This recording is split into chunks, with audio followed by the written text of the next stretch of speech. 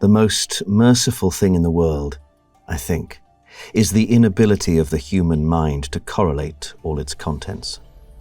We live on a placid island of ignorance in the midst of black seas of infinity, and it was not meant that we should voyage far. The sciences, each straining in its own direction, have hitherto harmed us little. But someday, the piecing together of dissociated knowledge will open up such terrifying vistas of reality and of our frightful position therein, that we shall either go mad from the revelation, or flee from the deadly light into the peace and safety of a new, dark age. And on these black seas of infinity, what will our players choose to do? Will they go mad from revelation? Will they retreat into a new dark age?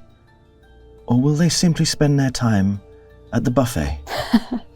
Let's find out as Chaotic Neutral plays Call of Cthulhu.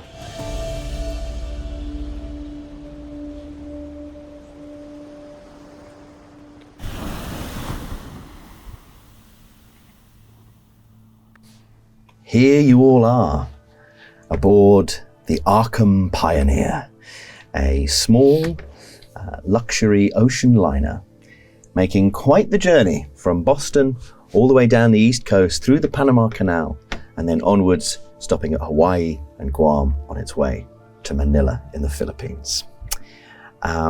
This has been a mixture of private commission and a luxury cruise. So a research team from Miskatonic University, of which your character is a member, have helped fund this trip in order to do some oceanographic research, some marine biology and other bits and bobs. There's also an artists collective called the Arkham Neoteric Arts Collective, mostly just wealthy dilettantes who spend their time painting, sculpting. There's some actors and musicians and all that sort of stuff. And then to recoup some of the money that has been invested into this joint venture between Miskatonic University and this arts collective, it's been opened out to wealthy members of the public as well. So maybe some of you fit in that way. So perhaps we'll begin by just you all boarding the ship. It's in Boston. It's the 2nd of March, so it's off season, but you've all come aboard and probably you're milling around, and let's just say you all just happen to bump into each other as you're waiting on the central promenade. You know, some people have come to wave you away. Luggage is still being loaded, cargo still being taken aboard. People are milling their way through. People are getting checked off on a list. I mean, it's not a huge ship. There's probably like 600 people on board, something like that. So it's not like one of those really massive cruise liners, but it's it's quite a big venture for a university and an arts collective to set up. And you all just happen to bump into each other in this promenade. So you've got an opportunity to introduce yourselves to each other if you wish. Well, I mean, I'm probably busy arguing with some sort of attendant and just saying, I know it says on my passport, Nolson Helsing, but it's just Helsing, it's just Helsing. Pamela Helsing. You're probably dealing with the purser. He's probably been called over by this point, and his name is Mr. Jupp, and he's going through his passenger manifests. And he's going, sorry, what was that again? It was the name. It was my name. Yes. And in my passport, it says Nolson Helsing. Right. But my actual name is just Helsing. My husband's dead, you see. Passed away. May I see your passport, yes, please? Thank you. And he's checking it. Yes, all right then. Well, I suppose that's fine. I understand. But you should probably get that updated.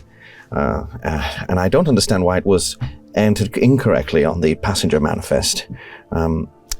Is it just you in your party? It's just me, yeah. Are you with the artists collective, or? Well, I'm a bit of a patron of the arts. I see. But you're just a private passenger. Just a private passenger, just interested to see if there's anything that I could add to my collection. I see. Well, that's all sorted for you, Mrs. Helsing. Pam. Very good. Well, have a very pleasant journey. Thank you. And then he sort of moves you along because he's got to get through a lot of people. And he carries on down the gangplank. Did you say Helsing? Yeah. Sorry. Pan Helsing. Oh. Lovely to meet you. Pleasure to meet you. I'm Mary Murphy. Mary. Mary. Yeah. Mary. Yeah, Mary. Mary, like the feeling. Mary, the feeling what? The feeling of being Mary. Rather than Mary. Are you saying Mary? Mary. Mary. Mary. Am I saying it? Have I gone deaf? You know what? Don't worry about it too much. All right. What do you do? I study fish. Oh, very interesting. Yes, it can be. We're searching for a particular kind of fish.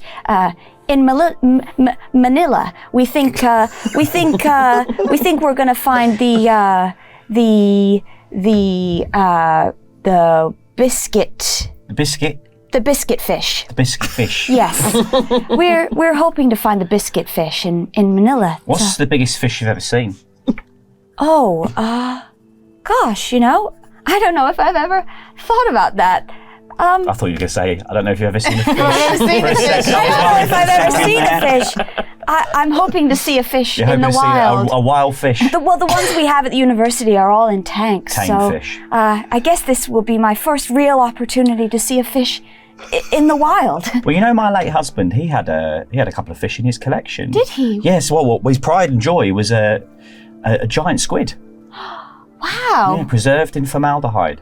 Oh, so not a alive Well, they're very one. hard to find alive. Yes, I've heard. Yeah, they tend to wash up. So yeah. I don't know where he got it from. Oh, right. I would love to see that. Yeah, well, they're quite horrifying when you see them up close. I can imagine. They don't look like something from this world at all. Yeah, well, I imagine we won't see one on this trip. Unlikely. It would be very unlikely to see one. Meanwhile, on the other side of the promenade, three British? All British? Yeah, I'm British. Yeah. Three British dilettantes are leaning on the leaning on one of the boards, and one of them turns to you and says, "Excuse me, madam, I couldn't help but notice. I caught a little bit of your accent there. I thought perhaps you were from our neck of the woods. This is my good friend Tommy Rumbles." Tommy Rumbles. Yes. How do you do? Very well. How are you? Violet McSnut. Oh, Violet McSnut. You may call me Snooty. Snooty. Oh, thank you. Thank you. Oh. I have heard a little bit about you. Oh, have you? Tommy. Oh, thank you. Oh, it is- good things? Oh, very good. Oh, good. Yes. Oh, I'm so glad I've heard to hear. you're a man of many riches. Oh, well, yes. Well, it all comes from my auntie Slagathar. She's lovely. She gives me such a great allowance, even as I go into my 30s. A monthly allowance, is it? Oh, yes. Just to get by, I suppose, but nothing like Big Willie over here. Big Willie! Sorry, yes, I should have introduced myself. I'm Willie Bald-Puske. Very pleased to meet you. Oh, such a pleasure. Yes. Well, are you familiar with my taxidermy work? Well, no, but please do tell. Well, you'll be able to see, my dear, very shortly. Once we're on the high seas, I'm going to. I had a word with the authorities, and we're going to have a little display. I think very nice. I think they're getting. He pulls out two little binoculars on a stick.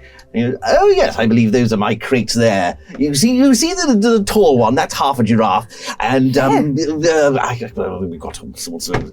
There's a fish with the legs of a man." The reverse person, if you will. It's all Well, it sounds fascinating, Big Willie. Creative taxidermy. Oh. They're not real legs anymore. They wouldn't let me. I would get into trouble in the United States. Yes, well, I can't wait to show you.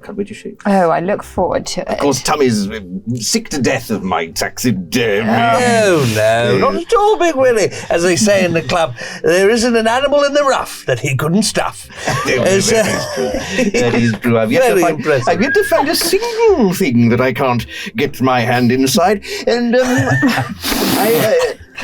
I do like a challenge. Has to be said, do like a challenge. But we'll see how we get on. We might find something on this boat, perhaps, that you could stuff. Well, one hopes so. I mean, deep Pacific Sea, who knows what we'll find. Have you ever been through the Panama Canal before? Have you ever been stuffed? This will be my first time through the Panama Canal. And it doesn't take terribly long at all. Well, I look forward to speaking much more at length with you gentlemen. Perhaps one of you may buy me a drink later on the boat. Oh, yes, I'm sure, yes. We wouldn't mind. I'll buy you a drink, absolutely. Great. Yes. Or perhaps two. Oh, well, yes, I will. Or three. Oh, we'll get a whole bottle of something. A bottle? Oh, I thought you'd never ask. Yes. Excuse me. No, those meerkats can't be handled like that. Excuse me. And he starts calling down the thing and walks away. But so eventually you get loaded onto this ship and things get bundled on, and you set sail on the high seas. Give you a rough idea of the ship. There's a top deck with a sun deck, which has a sun deck area with sort of seating and an observation lounge and a promenade.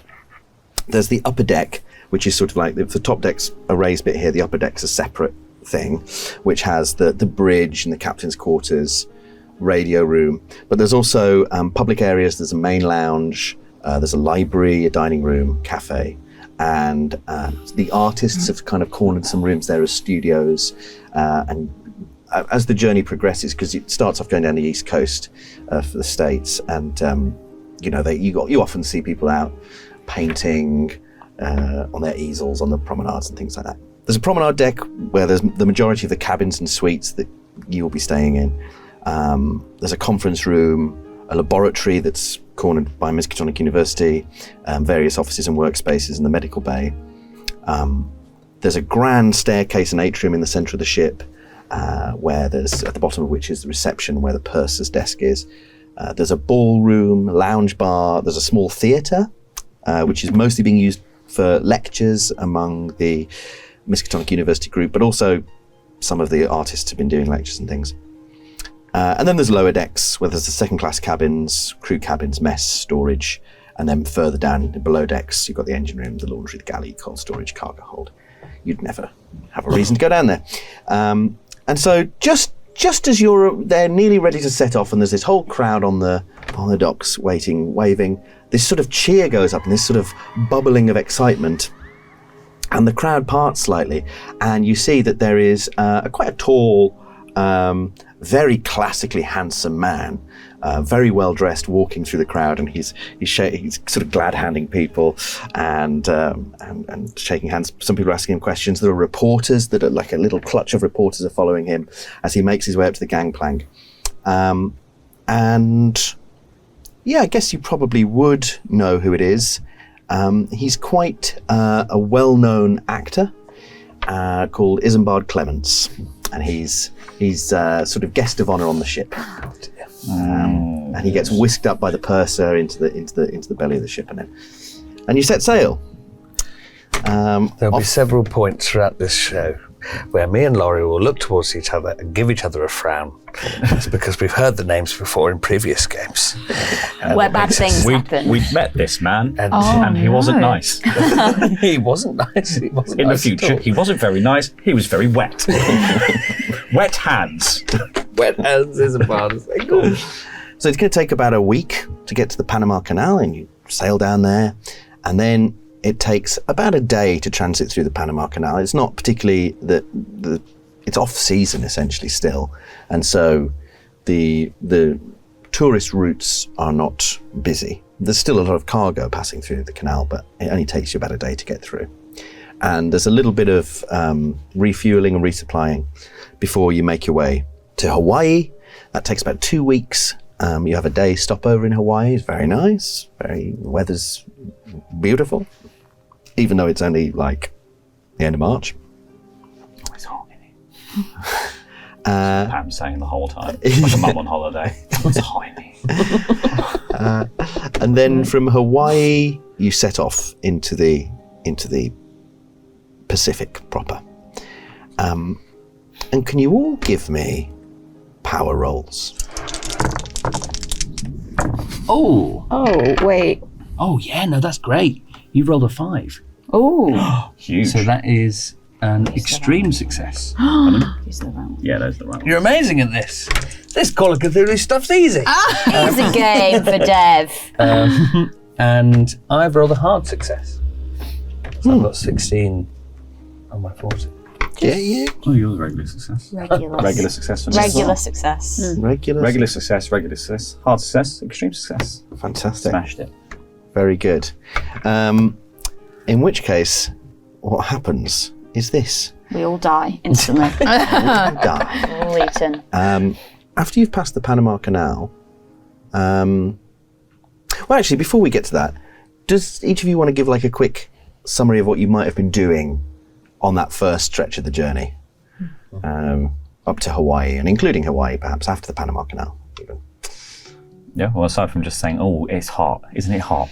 It's so hot on here, honestly.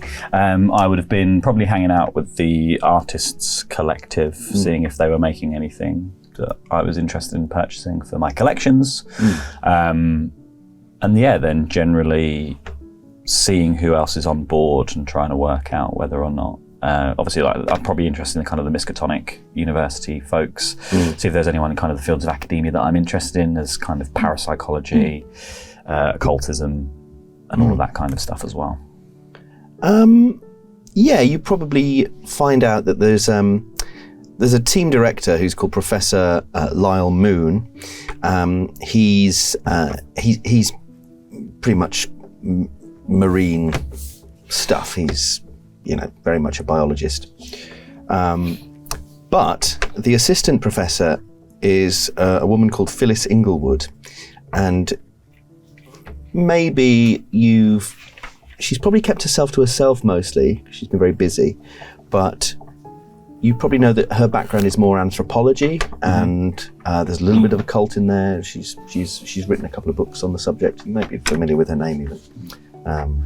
Probably would have been harassing her. Yeah.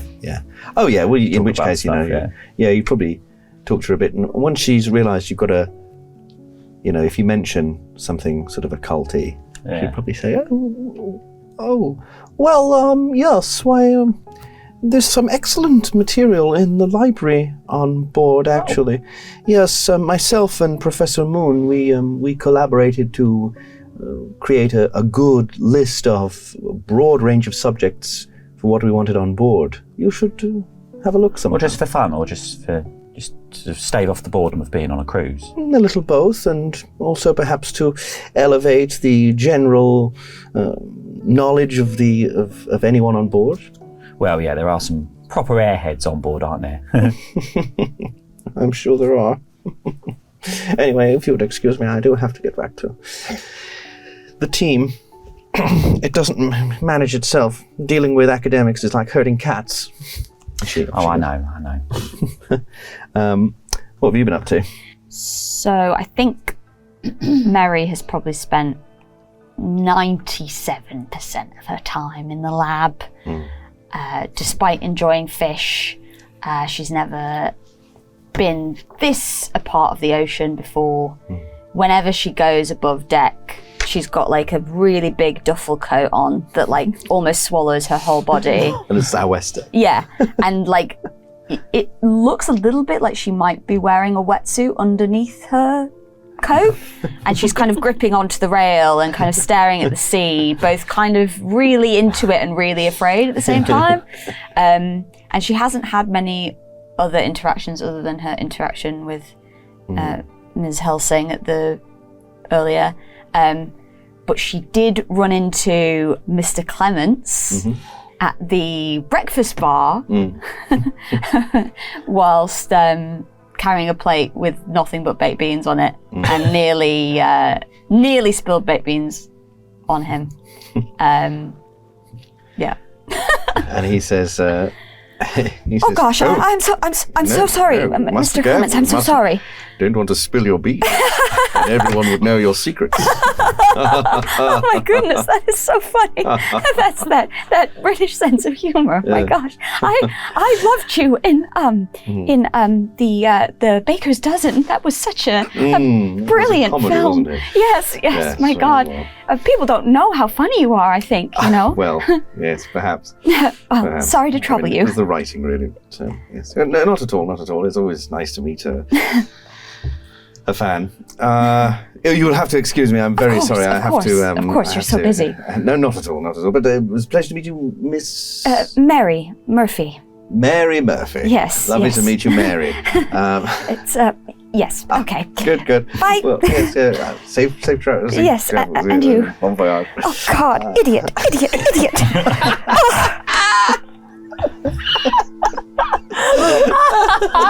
And you go and sit down and eat your beans next to one of your colleagues, who is the oceanographer called Nathan Gilman, and he's a somewhat portly chap, but he doesn't.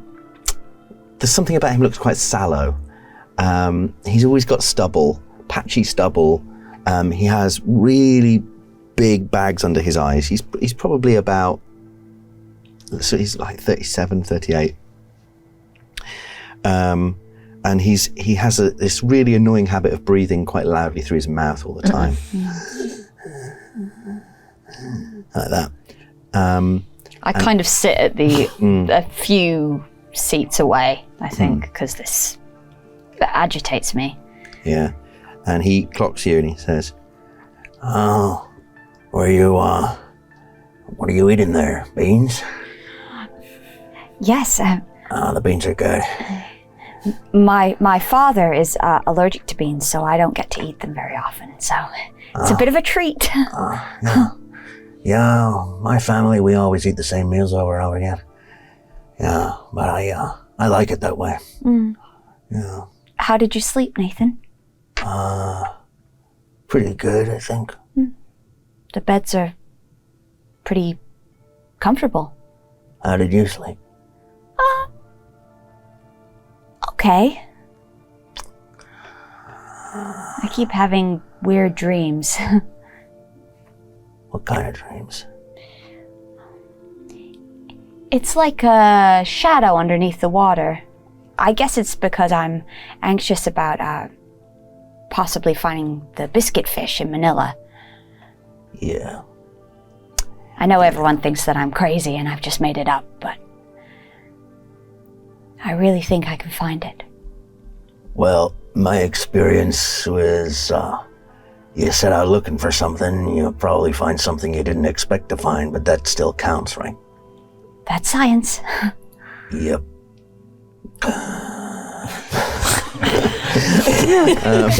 I'm just like clanging my fork to kind of get away from the sound of his breathing. Beans on What's old Tommy Rumbles up to? Well, I've been spending a lot of time with the Artist Collective, and I've come up with this. This is my own artistic representation of us on the boat. You see there's me and Willie and Violet there as well. The sun is smiling. I've had a lovely time. You're showing that to a woman called Mrs. Gwynethford Rampley, who's been painting next to you this beautiful sunset that you've been watching.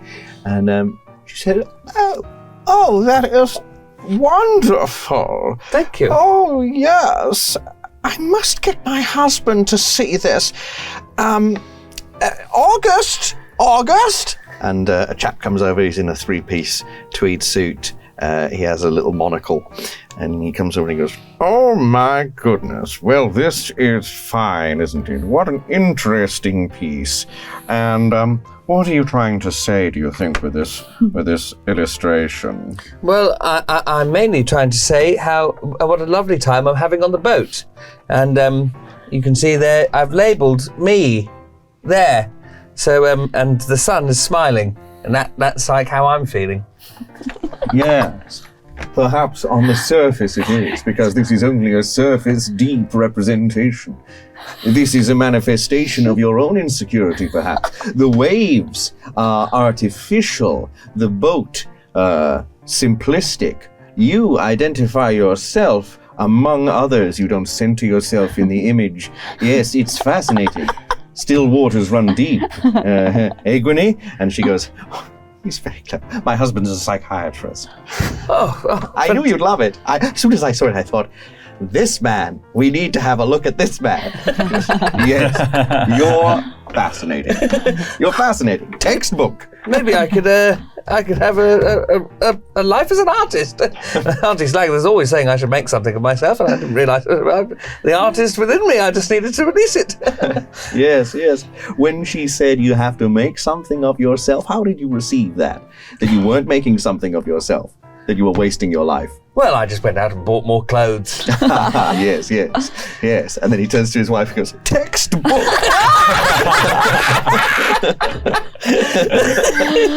And she goes, it was lovely to meet you. Tummy Rumbles. Tummy Rumbles. Lovely to meet you. And your name is? I'm Gwynnie. You can call me Gwyn. Gwynifred. I'm Gwynifred Rampley. This is my husband, Dr. August Rampley. Pleasure to meet you. Pleasure meeting you. We will talk to you again. Yes, please. We've got to join him for dinner sometime, darling, because watching someone eat is revelatory. I'm writing a thesis. Well, I'm happy to help. And a novel. But we can talk about that over dinner. And off he goes. Both hate and love this guy in one moment. And she says, how long have you been involved in the Neoteric Arts Collective? I've never seen you at one of the meetings. Oh, I'm not officially a part of it. My friend, Big Willie, Willibald Pusk. Yes, I know Willie. Yes. He does taxidermy, and he's part of the collective. But he just said it'd be a really great time if we just go on this cruise together. And it's a shame I had to leave my valet, Steve's, but I still get to have a lovely time anyway. Yes, that's true. Oh, well, you must join the collective if you ever find yourself in Massachusetts. Do you think I could make it in? Oh, yes, I mean, yes, they don't turn people away. Oh, fantastic. You just have to get, you have to get the management on board, but I'm surprised we haven't seen them actually since we got on. Yes, actually, I haven't seen them at all. But when we do see them, I'll make sure to introduce you. Thank you. That's Good.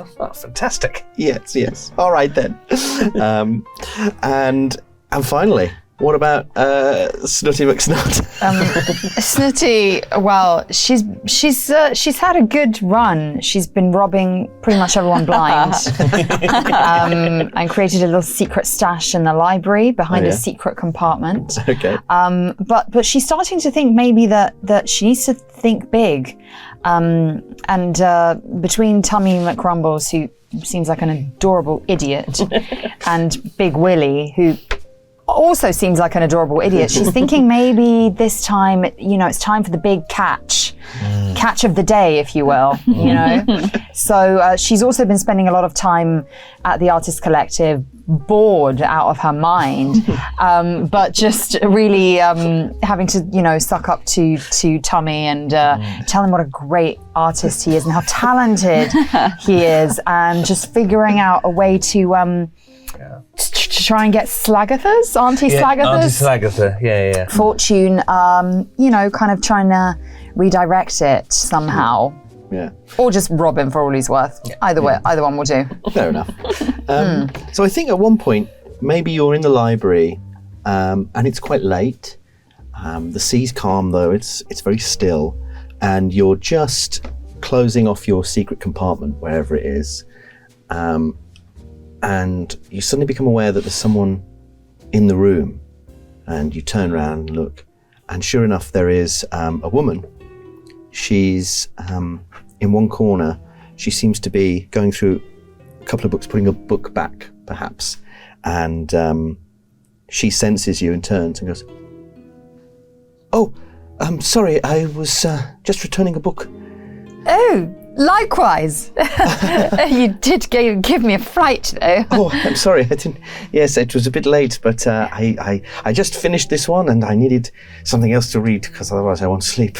Oh, what is it that you're reading? Oh, just some old book about what was it? It was about. She looks at the book. It was mechanical engineering. Pretty dry stuff. Oh, yes. And you could give me a psychology roll if you'd like. Oh, how do I do that? So you roll those These two again. Okay. And you're trying to roll under your psychology number. So that's a fantastic roll. Let's have a look. Psychology is there. Oh, you got 50. So you can, you smashed it. What'd you get? A 19 on a 50. Oh, beautiful. Oh, beautiful. You're rolling amazingly here. Great. You're on a roll. I'm on a roll. Hey. You get the sense that she's literally just looked at this book for the first time. She wasn't reading this book. You suddenly get the sense that, it's like game sees game, and you suddenly realise she's up to something. And pray, what? I didn't catch your name. Claire Smith. Claire Smith. Yes. And where is that accent from, Claire? It sounds rather exotic. Oh no, I'm from Kingsport in Massachusetts, but my father was Norwegian, so I have a slight accent, I suppose. Oh. And what brings you aboard the HMS? What's it The called? Arkham Pioneer. That's the one. Just for a holiday, really, and it sounded interesting. I have an interest in the sea and the artistic community. I thought it would be interesting, especially to be on a ship, Miskatonic University. If they make some big discovery, I wanted to be there to see it. You work in the field, or? I am sort of a amateur journalist. Oh, sounds very intriguing. I didn't catch your last name. Smith. Oh, Smith. Well, perhaps we shall run into each other again sometime. Yes. Yes. That would be nice. And what was your name, sorry? Violet McSnoot, but you can call me Snooty. Snooty. Snooty. I like that. Yes. All right, well, I'll see you around. Yes. Perhaps in the library again. Perhaps, but hopefully not. Yes. and then she quickly leaves. So anyway. What are they up to? What are they up to? What are they reading in there? It's not a Norwegian name. Norwegian. My name is Mr. Smith. Sure it is. So your journey continues without much event, except returning to those power rolls. At some point, after leaving Hawaii, you start to have a dream. Really strange dream. Unbeknownst to you, it's a dream you share, but at the moment you don't know that. You wake in your dream to find yourself on the ship, but the ship is empty. You wander the decks and the rooms, and it's all empty. And there's just these drifts of seaweed just blowing across the decks. And it's nighttime. You go out onto the promenade, and you can see the night is cloudless, but there are no stars, no moon, and the sea is completely still and grey, and everything is black. You hear a sound behind you, and you turn, and livid against the darkness of the whole scene is this bright white swan that looks at you and seems to beckon with its long neck for you to follow. And it leads you to the front of the ship, where it hops up onto the rail and looks down into the water, and then it looks back at you, inviting you to look. And as you do, there is this large, dark shape moving under the water. And it turns to you again, and it says, That is not dead, which can eternal lie. and then it opens its beak, Oh god. and these Oh god. tendrils start to come out of it and splay, and it goes and sort of turns almost inside out into this thing, and it's absolutely captivating to watch in this sort of horrifying way. You can't look away, but then you hear this rumble way off in the distance, like a distant earthquake, and your eyes are drawn up from this dismantling swan to a shape in the horizon. There's a flash of lightning, but no sound beyond this distant, rumbling roar. And illuminated, silhouetted against the sky, is this figure that is gigantic. It's huge and almost octopus-like as these tentacles flay up in the air. And you wake up with a start in your bunks or your beds. But with your extreme success, you don't have to do a sanity roll, and you gain 5 Cthulhu mythos points. What does that mean? Well, if anything weird comes up, you can roll your Cthulhu mythos to try and understand it. Oh good. As you go crazier, you'll get more Cthulhu mythos, potentially.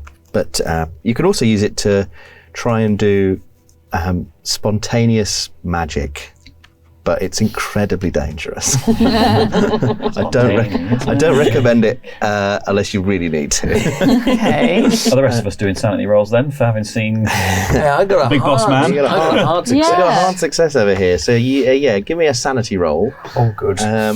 We have to do Oh, two you sanity did very rolls. well. Have one. Enjoy. Here we go. Oh, just about passed. 34 and a 40. Lovely. And you also get 5 Cthulhu mythos. I would really love to not go insane within the first 10 minutes of... Let's have sanity rolls over here. Sanity roll. Oh, thank God.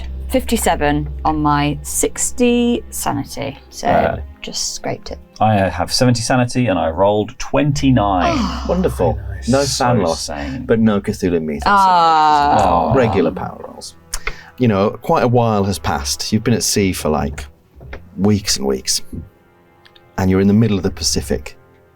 And you've been having these strange dreams. Maybe it's even driven some of you to start being a bit insomniac. You don't really want to go to bed.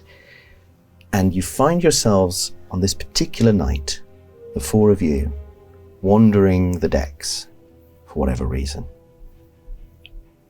And you hear a commotion. In fact, let's find out how much each of you hears. Can you give me listen rolls? Same two. Yeah, same two. Nothing. 78. I got a 78 as well. Oh! That's What are the crazy. chances? That is literally, that is very spooky, actually. You finish each other's Because rolls. we're meant to be tummy rumble. That's what it is. That's what it is. Get engaged. By that I mean I'm meant to have all your money. Excellent. A joke, of course. Oh, Tommy's too stupid to see this coming. But yeah, I failed mine. Failed there. And I guess have I failed too then? It depends on your listen statistic. There it is. 40, yes, that is a fail as well if you've gone over. Oh, this is a shame. I think we all failed. I failed, I I got rolled. a 64 on my 50. And I rolled a 58 on my 20. great. So what you hear is La la la la la. Absolutely nothing. Don't want to still hear engage with your game, doll. you do still hear something. You hear what you think is a smash at first, a glass smashing, and this thud, and then you listen a bit longer. Maybe it draws you further down one of the corridors, and perhaps some of you are in this corridor now, and you see each other, and then there's a scream, cut short, a woman's scream, and you hear a door, boom, boom, and you hear footsteps running. And as you turn the corner to where the scream came from, you see there is a door. One of the cabin doors is open, and it's pitch dark. It's quite dark down here. It's late, it's the middle of the night. But the four of you find yourselves in this corridor together. What was that? I say, Tammy, did you hear that? Yes, I did. Something's the matter. We should go. And maybe somebody needs our Yes, help. I suppose we must. Yes. Yeah, after you. Oh, okay. Start running. Is there any? You said it's quite dark. Are there any lanterns on the wall or anything like Yeah, there's that? probably some low-level lighting. I might just if there is a lamp that I can just pick up, I might just take that with me. Yeah, absolutely. Can. It's dark. We should be careful. Certainly, Mary. Yeah. I thought I heard something smash. I hope no one's hurt. What did that British man say his name was? Tummy Rumbles. Tummy Rumbles. Tummy yeah. Rumbles. Gosh. It's not particularly a common name. He sounds a bit posh. Oh. You have mad names. Oh. I've met a lot of British people this week. Yeah, we're a bit of a plague. Well, We get everywhere. I love your baked beans. So Me too, Yes. So, what are you all doing? I guess I'm just going to follow after Yeah. Tummy Rumbles. I'm walking at a very slow pace, not really caring about this, but I suppose I should look as if I'm concerned. So making sure everyone's going up ahead and just following behind. Perfect. So you walk into cabin 23, and can you give me a sanity roll, please? All of us. As you arrive, yeah. Oh, that's a fail. That's a fail. Okay. That's a fail. 33. 78 on 40. 55. That should be your sanity. I rolled a 33. So you You're pass. fine. You're fine. You've seen some shit. 55, yeah. You're fine. Fine. You're fine. You're fine. I rolled 60 and I have 60. Okay, so you succeed. I succeed. You succeed. I rolled 21 on Just. 70. So I succeeded. You succeed. I failed. Okay. Classic Little Tommy. Tummy Rumbles Little Tummy Rumble. Um, He's gone mad. already. So the three of you don't lose any sanity, but Tummy Rumbles, unfortunately. You lose 3 sanity points. Whoa. That's not ideal. That's not ideal. Wait, at what point do you lose it? What are you on? Well, I've got 40 sanity. Oh, so... Pretty soon. Pretty soon. 5 more to go. That's really bad. You have come across a body, a dead body, recently dead, and quite clearly murdered. It's a woman. It looks as though her neck has been slit wide open, and she is sort of half tangled in the bed sheets and hanging out of the bed. On the floor is broken glass and a lamp that had a glass lampshade that was clearly like a bedside lamp, and it was green glass with a sort of paisley stained glass pattern in it. That's all smashed on the floor. The bulb is obviously broken, so it's quite dark in here, but there's some light coming from the corridor. Very dim. What else is in here? There's quite a lot of blood on the floor as well, pooling off the side of the bed. There's a writing bureau in here. It's a single bed. It's one of the second-class cabins. A porthole, writing bureau, wardrobe, the bedside table, and a wash basin. But you also notice there is a trunk that is half pulled out from under the bed. And you recognise the woman immediately as Claire Smith. Oh my god. Oh, I say, I think I know this woman. Really? Oh my god. I met her in the library not 2 weeks ago. Perhaps. Claire Smith, I think she said her name was. Oh my God, what do we do? We have to get the captain. Or... Go get the captain. Okay, then. Just don't look at the blood anymore. Okay. Go on, dear. I guess Mary's going to rush out into the corridor, and would I go to like the... Who is like the authority on deck for... I suppose any of the officers. Any of the officers? Any of the crew, probably. She's, I guess, going to maybe run down the corridor, maybe knocking on all the doors as she goes. Help, somebody help!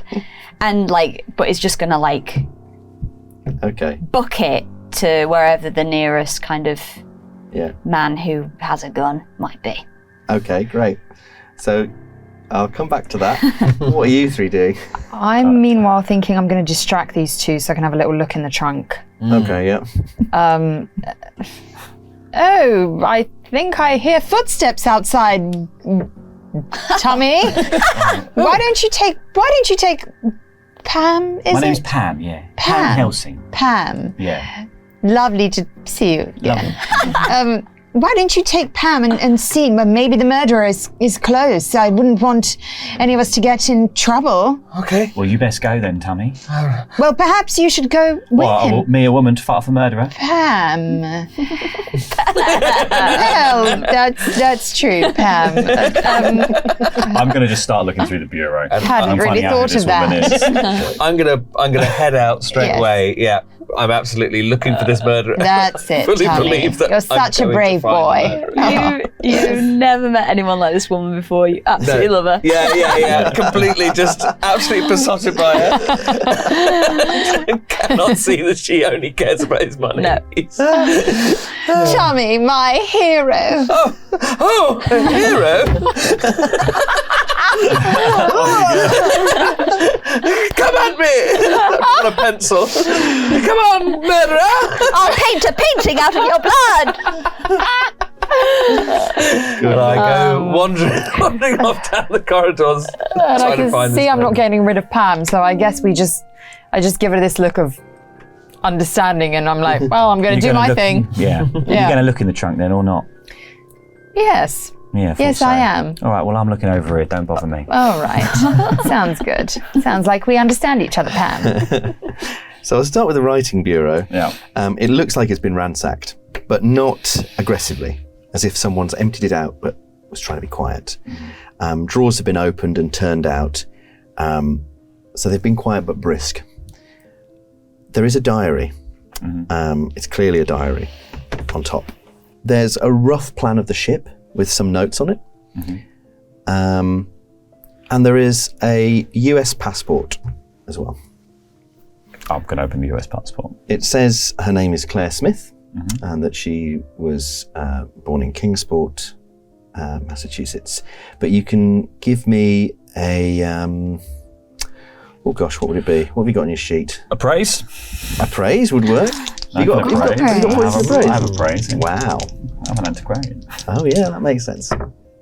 And a pretty good one at that, because I have rolled a hard success. I rolled 21 on 30. This is fake. Yeah. This is a fake. It's very well done, but it is fake. Yeah. It occurs to you she probably wouldn't leave the US without... If she's got one fake passport, she's probably got multiple fake passports, or at least her real passport somewhere. You would guess. Is there anything else you want to do? There is the diary. What's it say in the what does it say in the diary? I just want to flick through and see if there's any, is it a diary? Do the dates go beyond the days we're on the ship? Or is this just a diary, like a log of the time that Claire was on the ship? It mostly seems to be a log of when she was on the ship, but it's more journal than diary. So it is. She has written notes to herself. I might just pocket it and read it later. Yeah. Yeah, I'll have a quick flick through now, but I'm going to keep it. Yeah. Okay. So as you're flicking through, you probably see the most recent entry, and she's written, "I fear I may have compromised myself tonight. I was dining with some of the artists in the veranda cafe because the sea was calm for once and the evening air was warm. I tried to press a few of them on when we might meet their great patron, or if anyone had even seen him, and this seemed to ruffle some feathers. I had a little too much to drink and mentioned that my father was a merchant seaman in Norway. Nothing particularly compromising, perhaps, but the atmosphere changed dramatically, and the conversation was swiftly turned to something more asinine, excluding me somewhat. Perhaps they know they have a missing key now. Perhaps their benefactor has realised if he is indeed involved in their machinations, as I suspect, and now they think it may well be me after all. If they have any knowledge of my father, or what happened to him, then I suppose it's possible. But it doesn't matter. They'll never find where I've hidden it. Okay. Okay. So And there's a little note about one next to the plan of the ship. There's some notes, and there's a little note saying, passenger manifest, ? And then drawn an arrow to one of the rooms, purser's office. Oh. Yes. Violet, did you say you met this woman? Yes, in the library. What was she doing in the library? Reading a book, I suppose. What does anyone do in a library? What sort of book was it? Something about mechanical engineering or something of the kind. Oh. That's strange. What have you read? What have you got there? Have you found anything of interest? Oh, does anything seem weird about Claire to you when you met her? Oh, perhaps she was a little standoffish, but aren't we all when we first meet somebody? Maybe, yeah. I'd get a strong suspicion that Claire's not precisely who she said she was. Oh. Why do you say that? Well, this passport's a fake, for one. Well, what an accusation! How do you know that? I've seen a fair few in my time. Really? Yeah. You're a connoisseur of fake things, are you? Well, I'm a collector of all sorts. From the anthropological to the artistic to the antique. I see. So I've got a discerning eye, shall we say. Violet's palms are sweating slightly as she realises that perhaps this person may be able to see through her. Anything else of interest in Well, there? I was just wondering if you're going to have a little rummage through that trunk over there. Oh, yes, I intend to. It's quite likely that our friend here has more than one passport, shall we say, and we might be able to find out who she is. Let's take a look. Exactly. Yes. All right. And I go and start having a real rummage. Well, initially, there is a small problem because it looks as though there's been an attempt to break the lock on it, and they failed. The metal's slightly bent, so you could try and lockpick it. I would or like you to could try and use... force it. Yes. Wait, don't I have a skill about lockpicking? You do. A special one? Yes. A locksmith. Locksmith. Where is that? That's just here. So you got 31 in locksmith. Great. So you could Did you have to roll less than that? yes. Yes. With these two? Yeah. May I? You may. Oh! And you have 27. Yes! Huge. Amazing. So as you're looking at this lock, you realise there's it's kind of strange. It's sort of flat, like a recess, as if you have to put, rather than a key, it's something flat that you click into place and twist.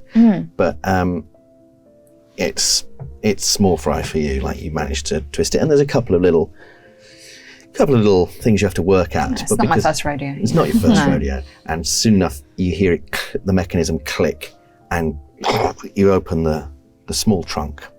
And it seems to be full of, initially, what you notice is loads of news cuttings piled up and bound in with twine, collected together. The one on the top, the news cutting on the top of one of them, is an article referring to the suspected murder of Gustaf Johansson in 1925. There's a yellow notebook. It looks quite old. There's another bundle of news cuttings that the top one says, it seems to be about a man called Dr. Lillibridge who went missing in 1893. There's another bundle with an article on top discussing a suspected murder. It says murder at Reek Manor. Staff disappearances being investigated. And then underneath all of that is something that isn't paper. It's something firm, wrapped in cloth.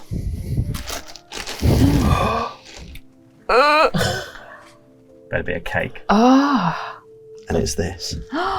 Real world prop. Real world prop. Never does this. What is this? Never do He's this. never given any of us a gift. I You must be special. know. Yeah. I do need it back. I do need it. Before I unwrap this, I slowly sort of turn my back slightly on Pam, so perhaps Pam doesn't see exactly what I'm unwrapping. Oh, it's very well wrapped. Oh. And it's this. And you recognise it immediately from your dream.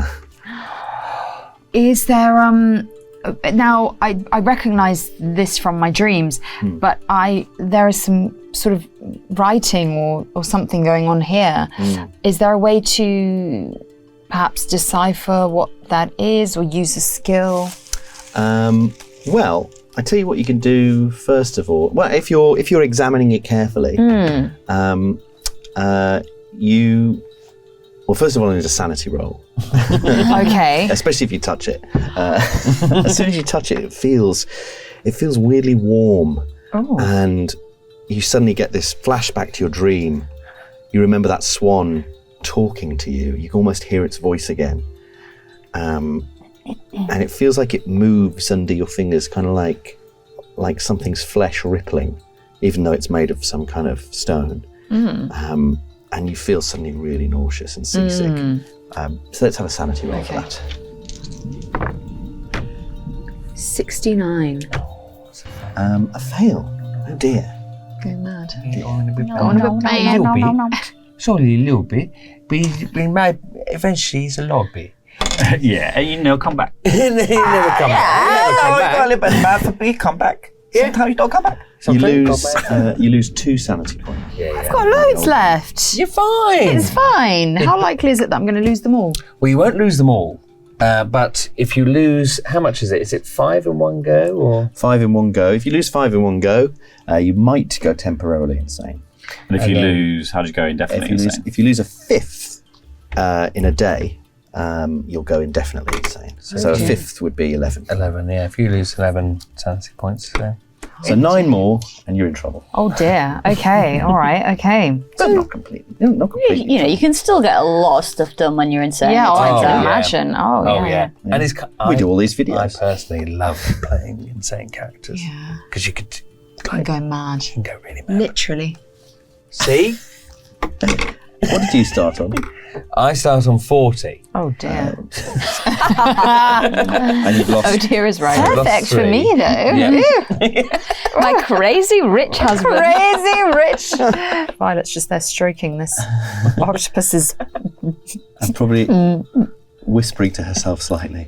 Yes. Well, then while that's happening, I'm probably going to have a look in the rest of the trunk at all the clippings. So, Is that all that's in the trunk? pretty much. Yeah. Pretty much. I think so. So I can see all the clippings of all the newspaper articles about Lily Bridge and Yeah. Reek Manor specifically. Yeah. And the murder of this sea captain. And you also find in the bottom a Norwegian passport that identifies her as Catherine Johansson. In the bottom of the trunk. Yeah. And while you're still looking at that statuette, trying to decipher these sigils and things, which if you really want to do, you'd have to do a Cthulhu Mythos roll, but it's not without risk. You turn 5 points in it, so it's so unlikely. yeah. You'd have to roll 5 or under. Spin the wheel, make the deal. 5 or under with both of these. Yeah, exactly. What are the So- chances of that? 5%. 5%. chance. I'd have to. Yeah, I'd have to. 0, 0, Zero, and then zero. 5, 4, 4, 3, 2. Yeah. I'm very tempted. It's not impossible. It's bad to fail a Cthulhu Mythos roll. It's very, very bad to fail Okay, them. let's not You'll then. have a bad time, but it. You know, it's What always happens if very I fail fun. it? What happens if I fail it? You might lose more sanity. Something weird might happen. Sounds like pretty good reasons to do it. But, okay. I mean, it's also, it depends on what your character would do. Yeah. But if I get it, will you tell us what these things mean? To some degree, yeah. Yeah. That doesn't sound quite. That doesn't sound like it's sound worth like it. The risk reward is very rarely good. Yeah. Okay, I'll hold on to my points. They sound useful. Yeah. But you do, as you turn it up and upend it, you see that it's got the artist's name, the sculptor's name, engraved in the bottom, which is R. Proletariat. My best friend. Oh, hilarious. Do you think he made that post? It would have been post, I suppose. Yeah, so it wouldn't He have been was- him technically making it. Yeah, technically it was just the shell of his body. He was but the hands. Meanwhile, out in this corridor. By the way, you also found that there's a yellow notebook in there as well. Oh, yeah, I'll keep that. Yeah, fine. Do you have a read, or are you? Oh, do you want to? I didn't know. You if don't wanted have to. I didn't know if you wanted to do it later or now. Yeah, you can I do it obviously later. want to read it. We were just about to move on, so I was going to let you move on, and we can come back to the yellow notebook, but we can do it right now if you want. And I found the real passport. You've got the fake one. Is that what's happened? Yeah. Well, you probably both found it because you were looking in there as well. Yeah. too. Yeah, But he I've can't. She can't see this. I've sort of left you to looking at that, so I'm now because you've turned away from the trunk to look at that, so I'm now just looking in the Have trunk. you been trying definitely to hide it? This just a slight little shielding of the. So you're aware that she's poring over something. Yeah, I'm but fine you're with not that. quite sure what it is I yet. don't mind.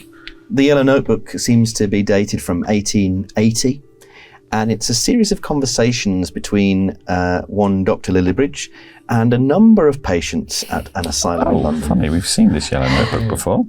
A lot of it's about their dreams and where they go in their dreams, just from skimming it. But, yeah. Okay. Meanwhile, out in the corridor, we've initially got Mary Murphy banging on doors going, help, help, help. And you turn a corner and bump into a man. He looks like a sailor. He's one of the senior sailors, what's known as an able seaman. Ding dong. Very able seaman. God, I've been waiting for someone able. And this guy, he as soon as you bump into him, he grabs hold of you and puts his hand over your mouth, and he says, you notice that he's sort of in his 20s. He's quite thin, kind of grey complexion. He's got this lank, dark hair and these sallow eyes. He's gangly, but his eyes are quite big. And he puts his hand over your mouth and he goes, "Shh, you're gonna wake up everyone. What's the matter? What's going on?" Has he still got his hand over my mouth? Yeah, he lets go. Murder!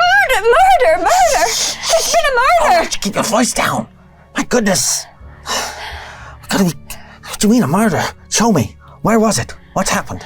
Down the corridor. Breathe. A young woman, she's been... Oh God, there's so much blood. Oh God. I grab his lapel and drag him. Do you have a gun? A weapon of any kind? Well, we'll come to that. Let me see what we're dealing with. And at that moment, you'll come running up the corridor into these two. I see you've apprehended the murderer. Keep your voice down. I will not have murder aboard this ship. Mr. Rumbles, I think he's just an able seaman on board, so I think... An able seaman? Not an ordinary seaman? No, an able I'm one. able seaman. Yes. All right. There's a lot of seamen on board this ship. Yes. You need a lot of seamen to keep a ship moving.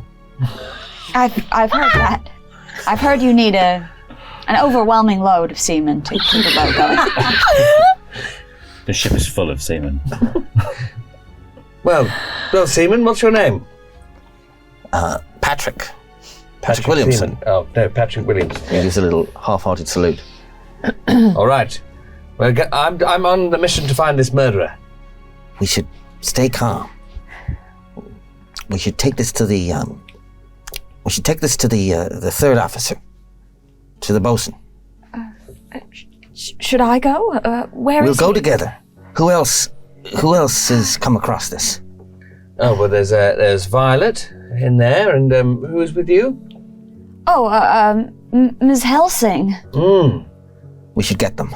We don't want panic on the ship. Well, someone needs to stay with the body. The murderer could come back. Murder again. The same body? Well, maybe tamper with the scene, or I don't know. I read a lot of crime novels, but it's nothing like it is in the books. My God, so much blood. Well, all right. Show me to the body, and I'll deal with the body, and send you to see Brightman. He'll know what to do. Can I get the measure of this guy? His face looks like a face. Yeah, he seems so normal, and he grabbed me and put his hand over my mouth. Can I mean, I don't have any skills. Give me. What do I have? Well, you're a marine biologist, aren't you? Yeah, can I roll marine biology to see if he's a fish? Yeah, you could roll marine biology if you like. I've got literally nothing else. I'd need an extreme success. You need an extreme success on You've got marine 75. biology to give me something So on you'd have this to roll guy. 15. 27. You could spend the luck. How much luck do I have? I only have 50 luck. Well, we're here for a good alright. time, not a long time. You'd spend 12 luck to make that as an extreme success. Will you make it worth my while? Yeah. It's going to be, he's not a fish. He's obviously a man. I don't trust So you. obviously a man. What do you want to do? I don't trust you. Me? Spend the luck. Okay, I'll spend the luck. Oh, don't let me go with this. You're not gonna like To this. find out if he's a fish or not, or if he's of the sea. I really am just looking at him and thinking there's something weird about this guy, and why does he want to stay with the body? And Fishy why does he? this man. There's something fishy going on. So I'm trying to compare him to. What's the name of those fish that are like flat and they're on the water? He reminds me of one of them. On the water. They're like this. And their manta eyes- ray? Yeah, he reminds me of a manta ray somewhat. Just Or through my flatfish. performance. Yeah, flatfish. A place. A place. A magical place. A blobfish. Blobfish. So you spent the luck. I've spent the look. What does that put me down to? 48. No. No, 38. 38. Thank you. You realise that, first of all, he bears a slight resemblance to your oceanographer colleague, Nathan Gilman. There is something about him that is similar in complexion and appearance, like they could be related somehow. And as he sort of skulks in front of you, he carries himself quite strangely. His legs are quite bowed, and he leads with his head as he steps past you. And in that moment, you do think he moves in this kind of like piscine way.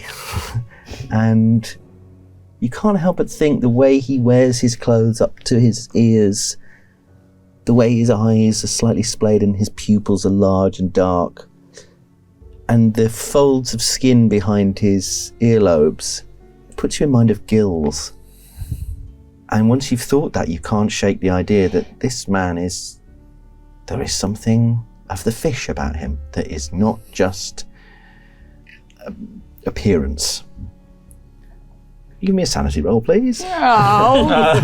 You spend the luck to go mad. Well, you got horrible knowledge. What else am I supposed to You do? learned. Wah, wah, wah. One day it'll be something nice. Okay, past it. 32. Beautiful. Yeah, you don't lose any sanity points. I guess you rationalise this as He's just you've a been at weird sea guy. for a while, and Yeah. he is an able seaman. And there is a smell of fish actually as you walk in his wake. There is this kind of oily, fishy quality to his, but he's probably covered in seawater all the time. Anyway, he walks you back to the room and meets you two. So this guy comes in, and the smell of fish suddenly pervades the room as he stands there, half in the doorway, and says, "I'm Patrick, able seaman. Hello, Patrick. I understand you've come across this. Oh yes, oh dear. Yeah, this. Oh dear. This isn't good. It's going to be tough to get out of that carpet, I tell you. Yes, well, I was talking to your friends here. Does anyone else know about this? No, Just as far as I'm aware. I don't believe so. And I really think we should probably keep it that way, Mr. Seaman. Williamson. Williamson. I agree. I think We don't want to cause panic now, do we? that's exactly it. Yes. We don't want panic on the ship. Probably, most likely, I would guess, this was an isolated incident by someone who bore a grudge or was trying to achieve something specific. I think I'll take care of the body. We have a process for that in the event of this sort of thing. But I think the four of you should go and talk to the bosun, Officer Brightman. He's the third officer in the bosun. He's up he's up on the bridge right now.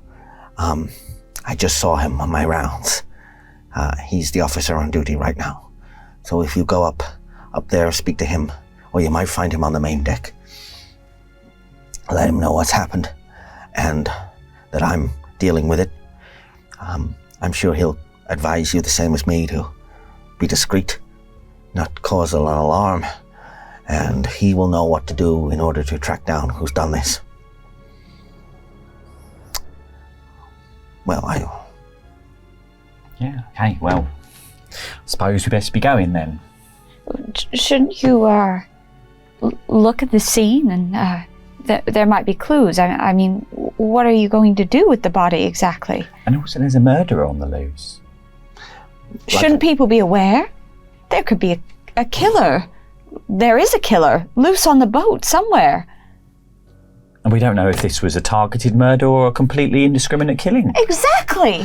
but if there is a murderer on the ship and we raise the alarm and everyone's on high alert, it will encourage the murderer to remain hidden.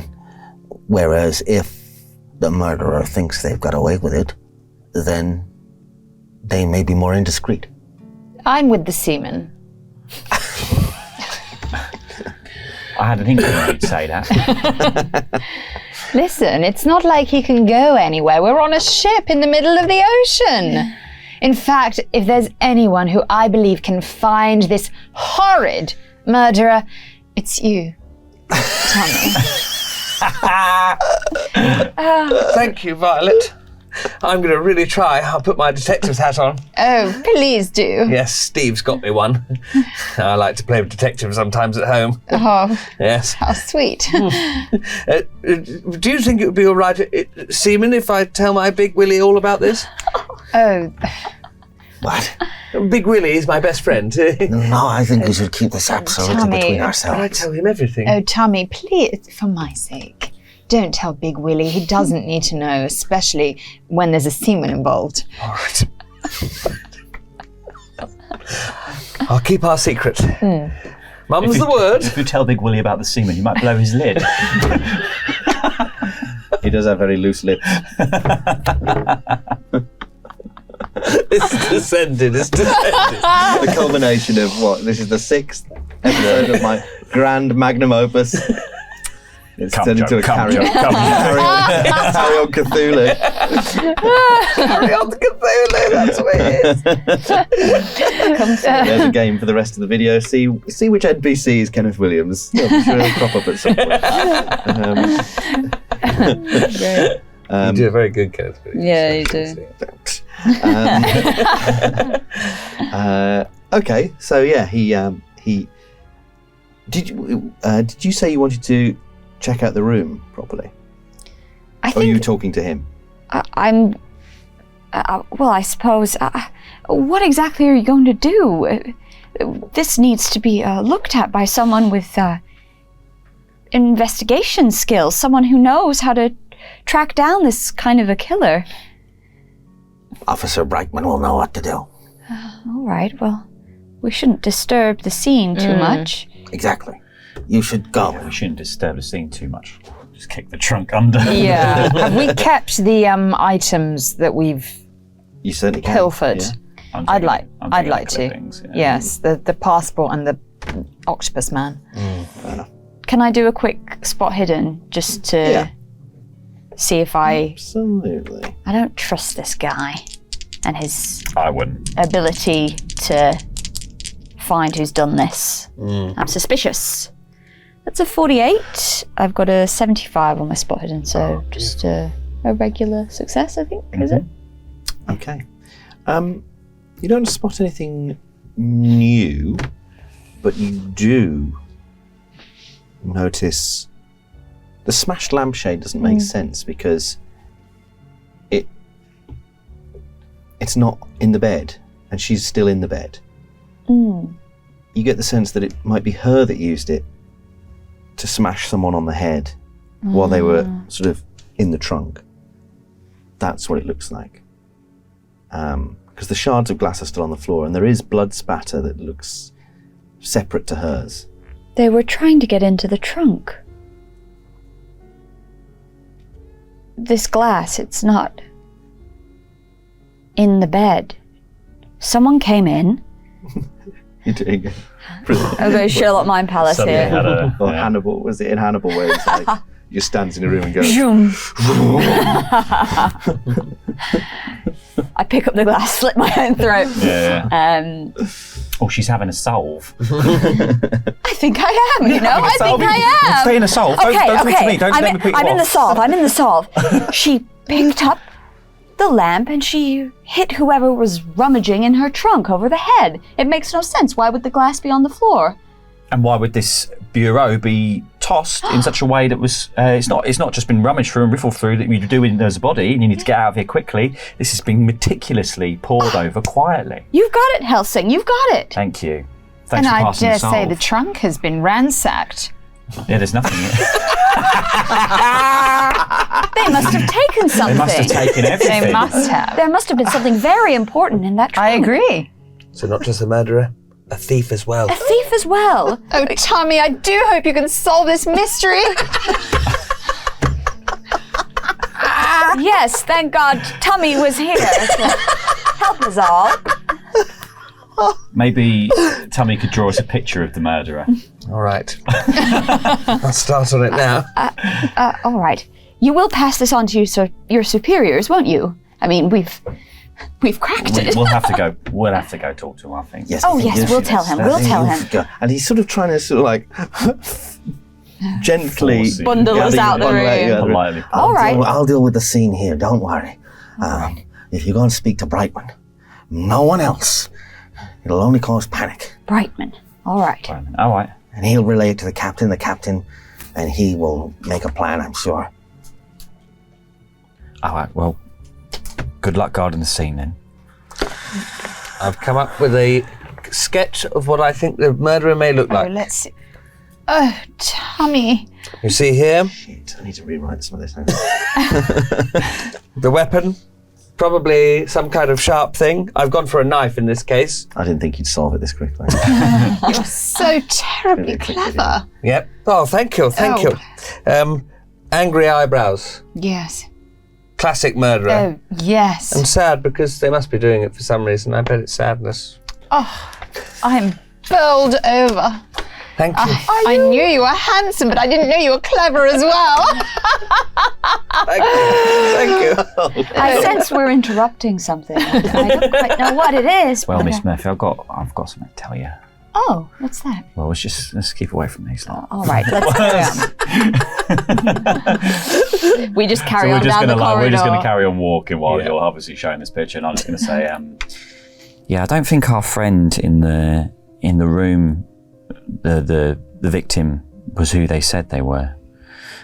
Miss Violet said she met them in the library. And they introduced themselves as Claire Smith, but I found their passport and it's clearly a fake. And we found their real passport and their name was Johansson. Johansson? Yeah, so they're from Norway. Seems like their father was involved in some sort of accident, some sort of disappearance. He was a merchant seaman. Oh, not more semen. Yeah, I know. I've had about as much semen as I can take. I've had as much as I can stomach. Back Honestly. teeth. If I hear a single bit more about semen, Leaves a I'm bitter going to taste in explode.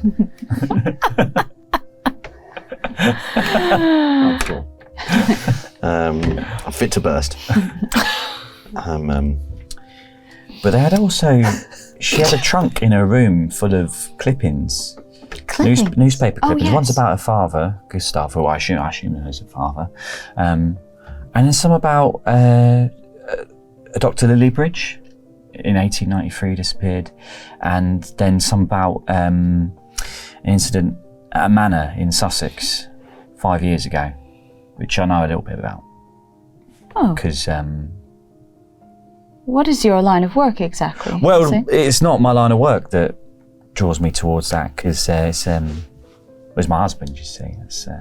He was... What does he do? Well, he's dead now. Oh, I'm so sorry. Well, he was a collector of art, so yeah, we have he ran a museum of sorts in Sydenham Hill. Yeah. But yeah, he was.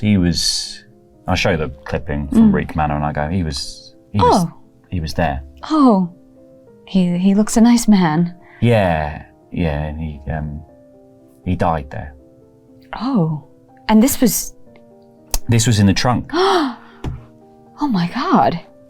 Well, this is some sort of... She tries not to look too excited because it involves your dead husband. Yeah. Some sort of real mystery. My God. Well, what do you think we should do? I think, well, in these situations, the best thing to do is just be on incredibly high alert. Okay. Because in my line of work, as an antiquarian, an anthropologist, occultist, parapsychologist, generally speaking, vampire hunter, these things, there's a bit more to the world than you always see. Well, I suppose as a scientist I deal in what is, but there's so much that we don't know what is, right? Yeah, exactly. And I think we sometimes are dealing with the blank spots in science. And this, I think, is one of them blank spots. Oh gosh. Well, I'm here to help, I guess. Well, I just be careful. All right. I'll try to stop screaming as much. You do that. Yeah. It's my first dead body, so, you know. I remember the first time I saw a fish. Yeah. I screamed for days. How's your blood sugar? You all right? You feeling a bit woozy? I think I'm okay. All right. Do you want biscuit? Oh, yes, I love biscuits. Yeah. Okay. There's a biscuit. Thank you. All right. Screaming for days. So what would you like to do? I guess we're going to go find Brightman. Brightman, yeah. Yeah. All right. While you work your mark. Grift. Yeah. The easiest part Is there of the anyone world. on this boat who can marry you? That's the because can't a ship's captain can marry someone, right? That's the thing. Yes, but marriage would tie me down too much. I just That's want to take true. the money and not have the burden, you know? Fake marriage. We'll figure something out. But down this corridor as we're walking, I think all I hear is, "Oh, Tommy, you're so clever. Oh, Tommy, you're so this." I go, oh, no one's ever said anything like this to me before. So you make your way up decks until you're out in the air. It's still the middle of the night. The sea's a bit choppy tonight, and the ship sort of pitches and yaws a little. But there's very few people out on deck. You know, the watchers or whatever. You know, the people who have to do specific things. You see a couple of people, but they're in the distance or whatever. You do notice Willie is over on one of the promenades, on one of the railings, sort of smoking and looking out into the sea. But he hasn't noticed you. And also pacing around on the decks, you do come across the bosun, Mr. Brightman, Officer Brightman. He's tall and broad. He's got sandy, thinning hair and this very square blonde beard. He's wearing a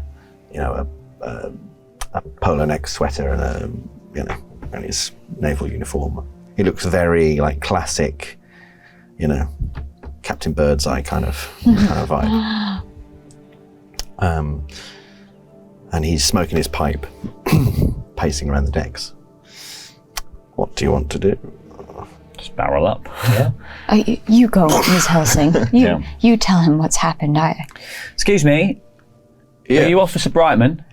Yes. Yeah, we were just talking to Williams. Williamson. Yeah, Williamson. That's it. The able seaman. Yes. Yeah. What kind of seaman are you? I am one of the officers. I'm Third Officer William Brightman. Ah, wonderful. And the bosun. Well, we were told to come to you, and aye, indeed. We were told to come to you. There's been an incident. An incident? In one of the cabins, in cabin 23. What kind of incident? A murder! Tommy. Sorry. Remember, detectives keep their voices down. They do, yes. Yeah, as my friend here has... Willie Bald immediately turns around and goes, "Oh! What was that?" I didn't say anything. You say, how does he talk? Now we've got Big Willie involved. What's going on? He starts walking over. No, Willie, no! I think the bosun turns around and puts his hand out to him and goes, "A moment, please." And Willie Bald sort of makes a face at you like, "Oh, well, dear, trouble, I see. Well, I'm just going to can't finish this cigarette." And he does that. A murder, you say? A woman was murdered. Her throat was slit. It was very scary, lots of blood. Who knows about this? Just you four? Yes. We should keep it that way.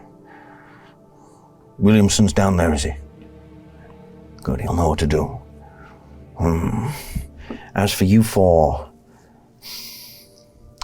I don't want to create a situation on board deck. We've still got a long journey ahead of us. You understand? But the crew is a little short-handed at the moment. There's been well, that doesn't matter. The point is, we can't afford any extra hands. So, could I ask you to investigate this discreetly yourselves? Hang on. So you're just asking any old bod on the ship to have a little go at investigating, are you? Well, the only people No offence to my friend Mary here, but she's only just had her first solve this morning. It was dreadfully exciting. I see. Well, I consider myself a detective of the sea, but not of. well, we are on the sea. Humans on the sea. Yeah. Yeah. Well, yeah. Sure. We are on Between the sea. you and the best detective I've ever seen, I think we should be able to handle it. This man is an imbecile. It sounds to me like between the four of you, it sounds like you have two detectives already. Absolutely we do, Mr. Bosun, sir. We will be absolutely fine, and whatever we find, we shall bring straight to you. I will speak to the captain and see what he has to make of it. But if I can't involve anyone else, I don't want to involve anyone who doesn't know except the captain. So I have to ask you until the captain makes a decision, until I get a chance to speak to him in the morning. To keep this under our hats. Yes. Oh, mum's the word. We can do that. Good. You can count on us. But don't worry, we will find this killer, and we will bring them to justice. The captain will know what to do. Is there anything else you need to tell me? What did you say about an incident on in the crew? You said you're a little short-handed. Could that have anything to do with the murder? I don't see how, but now you mention it. There was the second officer. He took ill 2 days ago. He had an outburst on the bridge. Tried to use the fire axe initially on some of the equipment, and then we thought he was going to attack the captain. A case of cabin fever, a bad one, hypertension, etc. So he has been confined to the medical bay under supervision by the doctor, but the doctor says he's doing well. We're keeping him sedated, so I don't see how it could be related, but it was a violent outburst. And this was definitely a violent outburst, what we saw downstairs, so... Perhaps they're connected. Well, perhaps you should speak to the doctor. What's the doctor's name? Peasley. Dr. Gareth Peasley. He keeps his quarters next to the medical bay, so... Do you think we'd be able to look at the passenger manifest? I can try to arrange that, I suppose. Or just to see if there's something worth gleaning from it. Yes. Yes. I will try to find you a copy of the manifest. You can give me a psychology roll now if you like. Thank you. There's no point me doing that, but Oh, that's actually really close. So my psychology is 25. I've rolled a 34. I'm going to spend 9 luck to make that a success. So that's goes from 65 to 56. Yeah, so that's a success. He's got, for a split second, in his calm composure, he's got this kind of like, oh fuck look. Like someone's just, like when someone's eaten all the chocolates and you say, "Are there any chocolates left?" And they go, "Oh no." If that makes sense, you get the sense that he knows it's going to be difficult to get you the manifest. Yeah. And you think it's not just because of access; there's something's that happened with the manifest that he knows about. Oh. I think I just had a little solve. I'll take that later. Oh, how exciting. Well, if you would be so good as to report back to me, keep me posted on information as and when it happens, things you find. I will do my best to get you the manifest and if you have any difficulty with access on the ship or cooperation of crew members, then let me know. And I can subtly, discreetly make sure that doors are opened and mouths are opened as well. Lips are loosened? That's it. But don't loose lips sink ships. Not until... Not for another 10 years. 10 years from that. As they had it in World War I. You might like to give us a set of keys so we don't bother you while we go about our investigations. Keys to all the rooms. Yes, only for investigative purposes, of course. I can't do that. Oh, why That ever would be not? that would be completely inappropriate. I'm sorry. But if you need supervised access to something that is off limits, then I can arrange that. If I deem it necessary. No, certainly not giving us much resources to work with, are you? No. But don't worry, we have the best detective on the case. I'm sure he'll do it with as little as possible.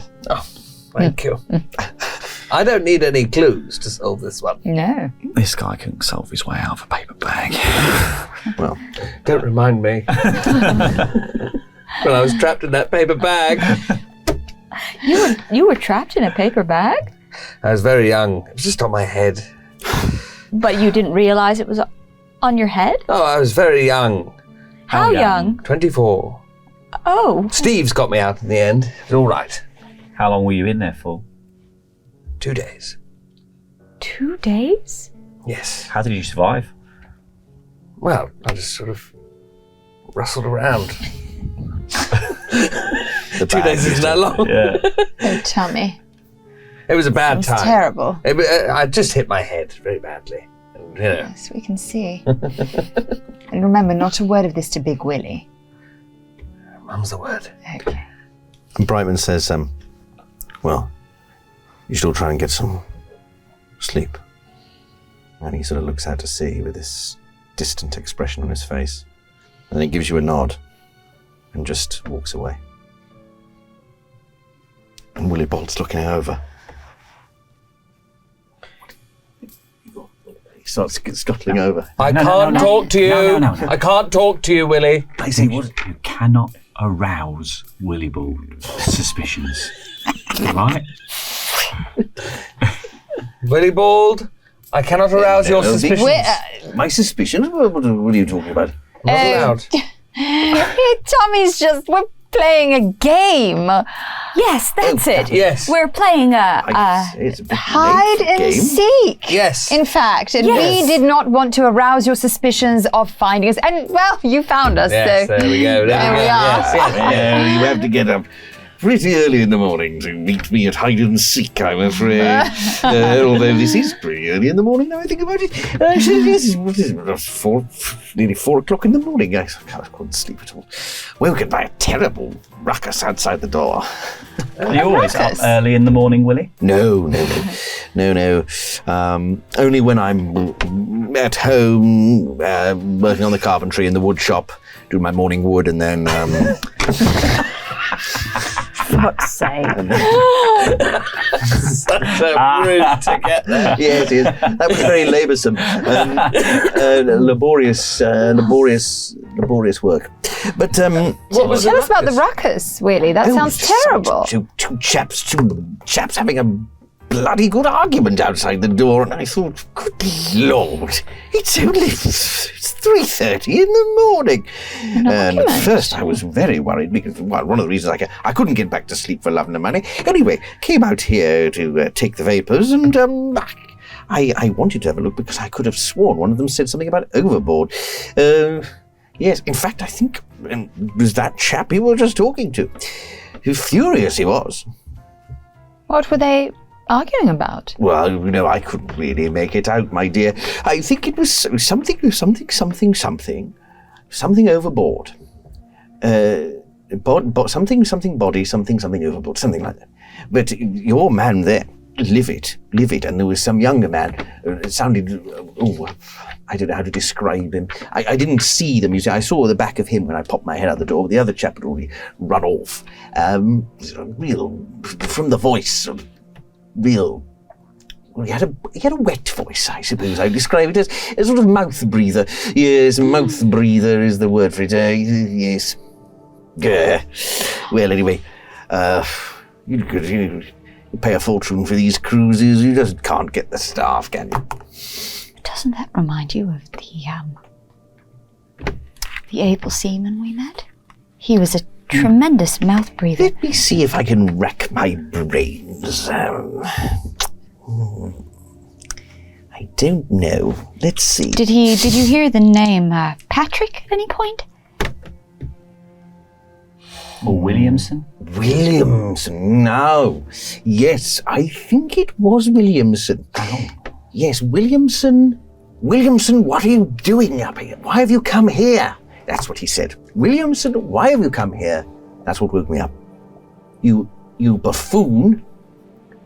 I can't remember. Something. Body overboard. Oh, yeah. Oh, sounds terribly disturbing. But quick. I had to be quick because he ran off as well. Yes, quite a mystery. Quite a mystery. But who knows what these seamen get up to. Oh, we certainly don't. Yeah, in and out of holes all the time. What are you doing all out of bed? We told you we're playing a game of hide and seek. We couldn't sleep. No, We're all big fans of hide and seek. So. Absolutely. Well, I'm going to try and get my head down for 40 more winks. Don't stay up all night. Because we won't, Big you'll miss the Willie. breakfast buffet. And if you get there after me, well, there won't be any sausages left. Oh, Willie. I do love my sausages. Well, anyway, good night. And he walks for a couple of paces and then he stops and he goes, wait a minute. Were you shouting about murder? That's just a little bit that Tommy has taken to doing. I wanted to play Wink Murder after. Yes, that was it. Right. That was it. Yes. It's a funny bit. He's full of funny bits. He really is. Murder! Yes. Very good. Well, good night. Good night, Willie. And off he goes to bed. That night, you dream again, and the dreams are more vivid and strange than before. You find yourself again walking through the empty ship. The seas are choppy, and the sky rumbles with thunder. And you find yourself descending deep into the bottom of the ship. But everything again is covered in seaweed. There's more seaweed than ever before. And in the distance, fog rolls in off the tide, and you see off the sea, and in the shadows you see shadows of huge lumbering shapes walking around the decks. So you run down these stairs, and it's much more confusing than the actual ship until you come to a small room, a cell, like the brig, you assume, and you look down. You're knee deep in bilge water. Things flitter and move under the surface. And you look up and there's a figure in the cell looking at you. A wizened old man with this huge, straggly, matted beard and long fingernails, dirty fingernails, hunched over. And he's clutching something in his hands. This sort of oblong stone. And he looks up at you and he speaks, but you hear his voice in your head. It doesn't really match his mouth. And he says, that is not dead which can eternal lie, and in strange eons, even death may die. And then just sort of crumbles into dust, and you wake up.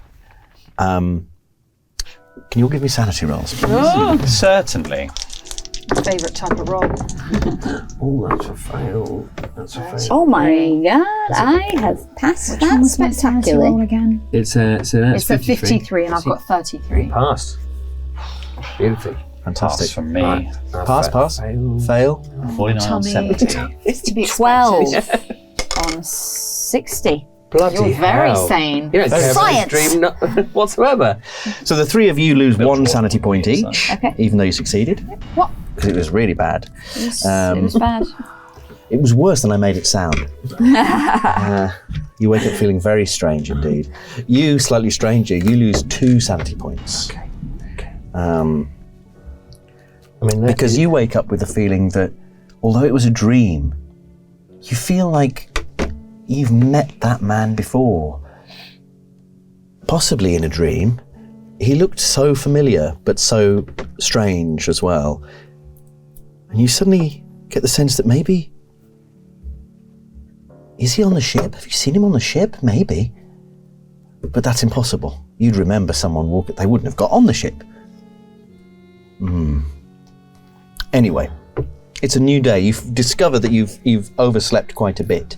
So the day is already wasting away when you regroup somewhere on decks. And it's busy. It's busy on the ship today. There's all sorts going on. There appears to be the artists have gathered on the upper deck, and they are doing a big gallery showing that they're getting ready for. They're putting out pictures on easels. There's a small band that's started up.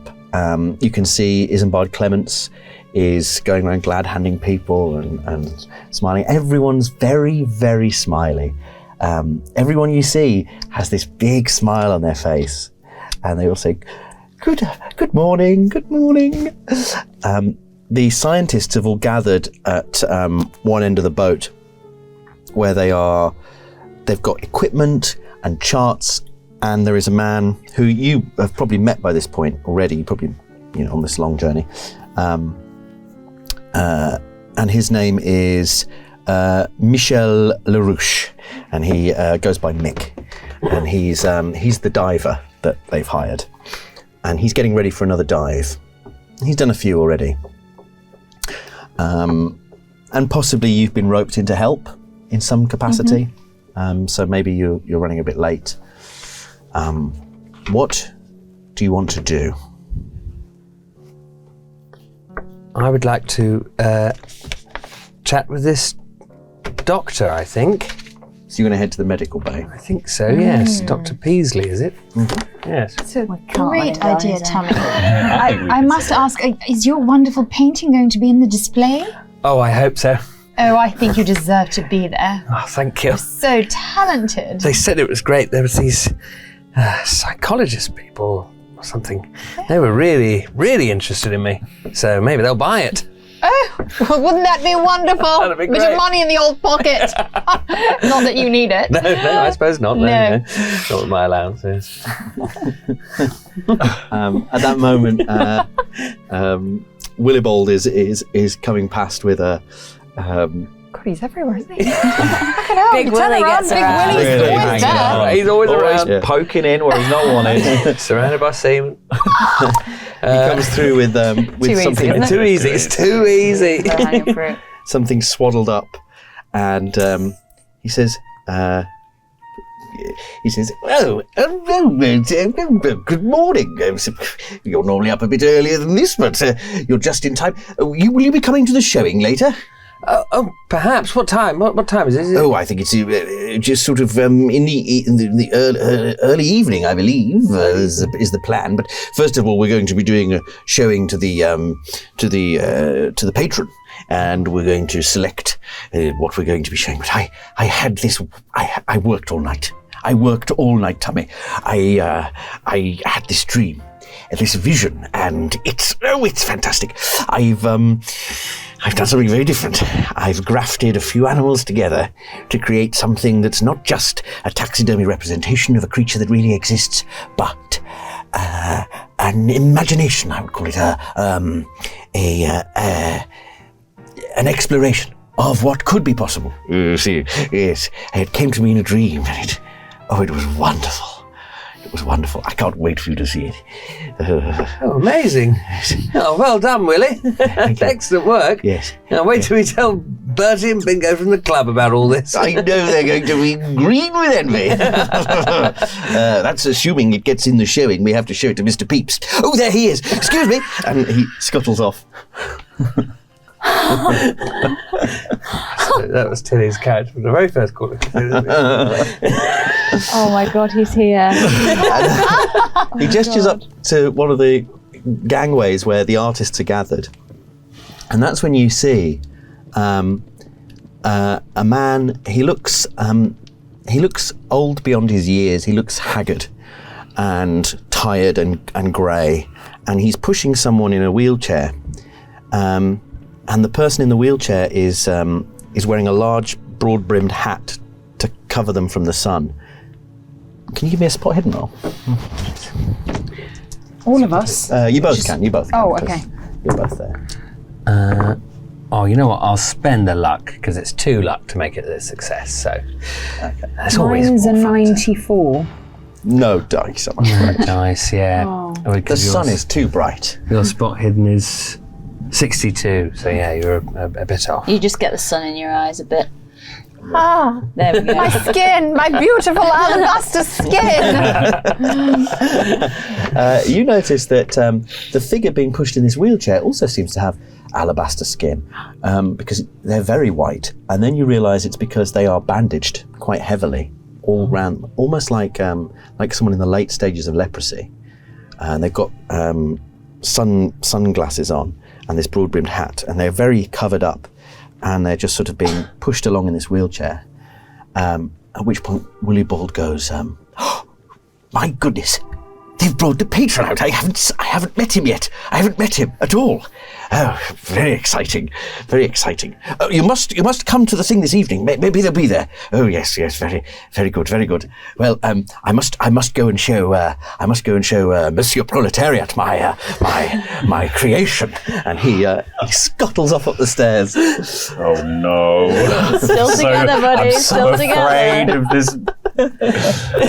This guy. And then what? You're heading to the medical bay. Yeah. Should we all go? Are you? I would like to go somewhere else. That's fine. Are you? What did We'll you go together. You'll go together. Tummy in my What's your sights at all times. I'm going to go to the library. Oh, on your own illicit mission, I see. Well, I'll come with you to Please do. Yes, the more the interview the merrier. doctor. I think that would be a good Mary, idea. is it? Sure. The more the merrier. Yes. Well, my name is actually Mary, but that's not The more the merrier. It's Yes, like Mary. merrier, but it would work better if your name was Mary. You're Yes. funny too. Thank you. Thank you. It's not worth it. Let's go. Just as you're about to do that, Phyllis Englewood, your the assistant professor on the research team, Oh, Professor. goes, what's your surname again? Murphy. Murphy.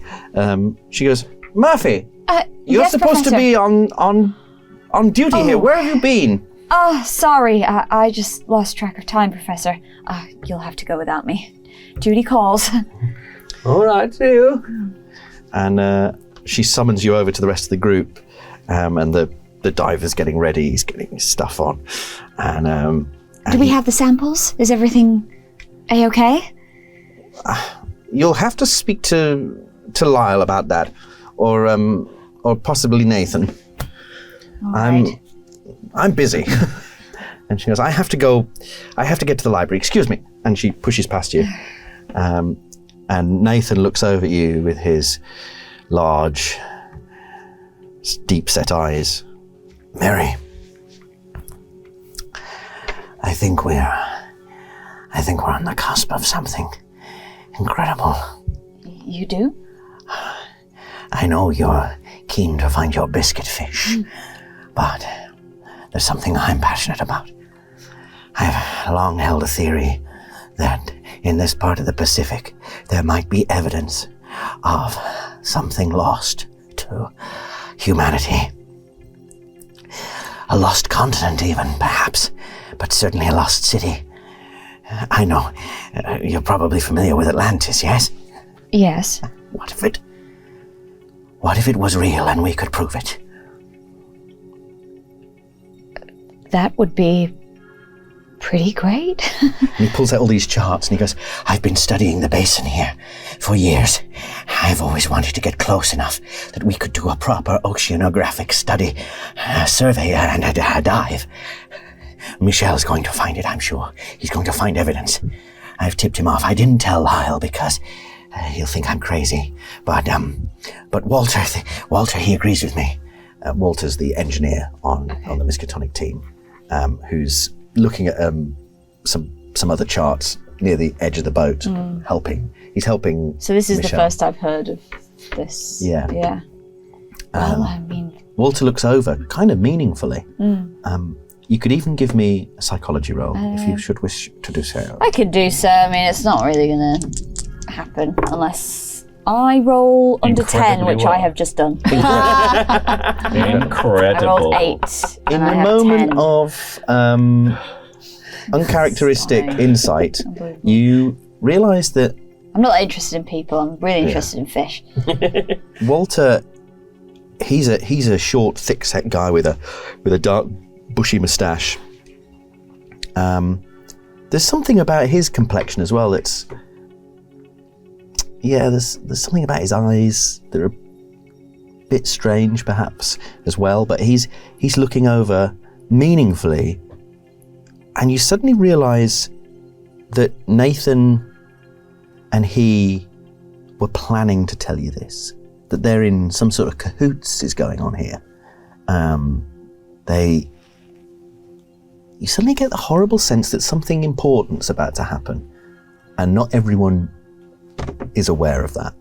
But there are some people who are. There's this excitement in his eyes, and this deep understanding passes between them. And they're both smiling at you. With these they've got really big mouths, actually. Oh, okay.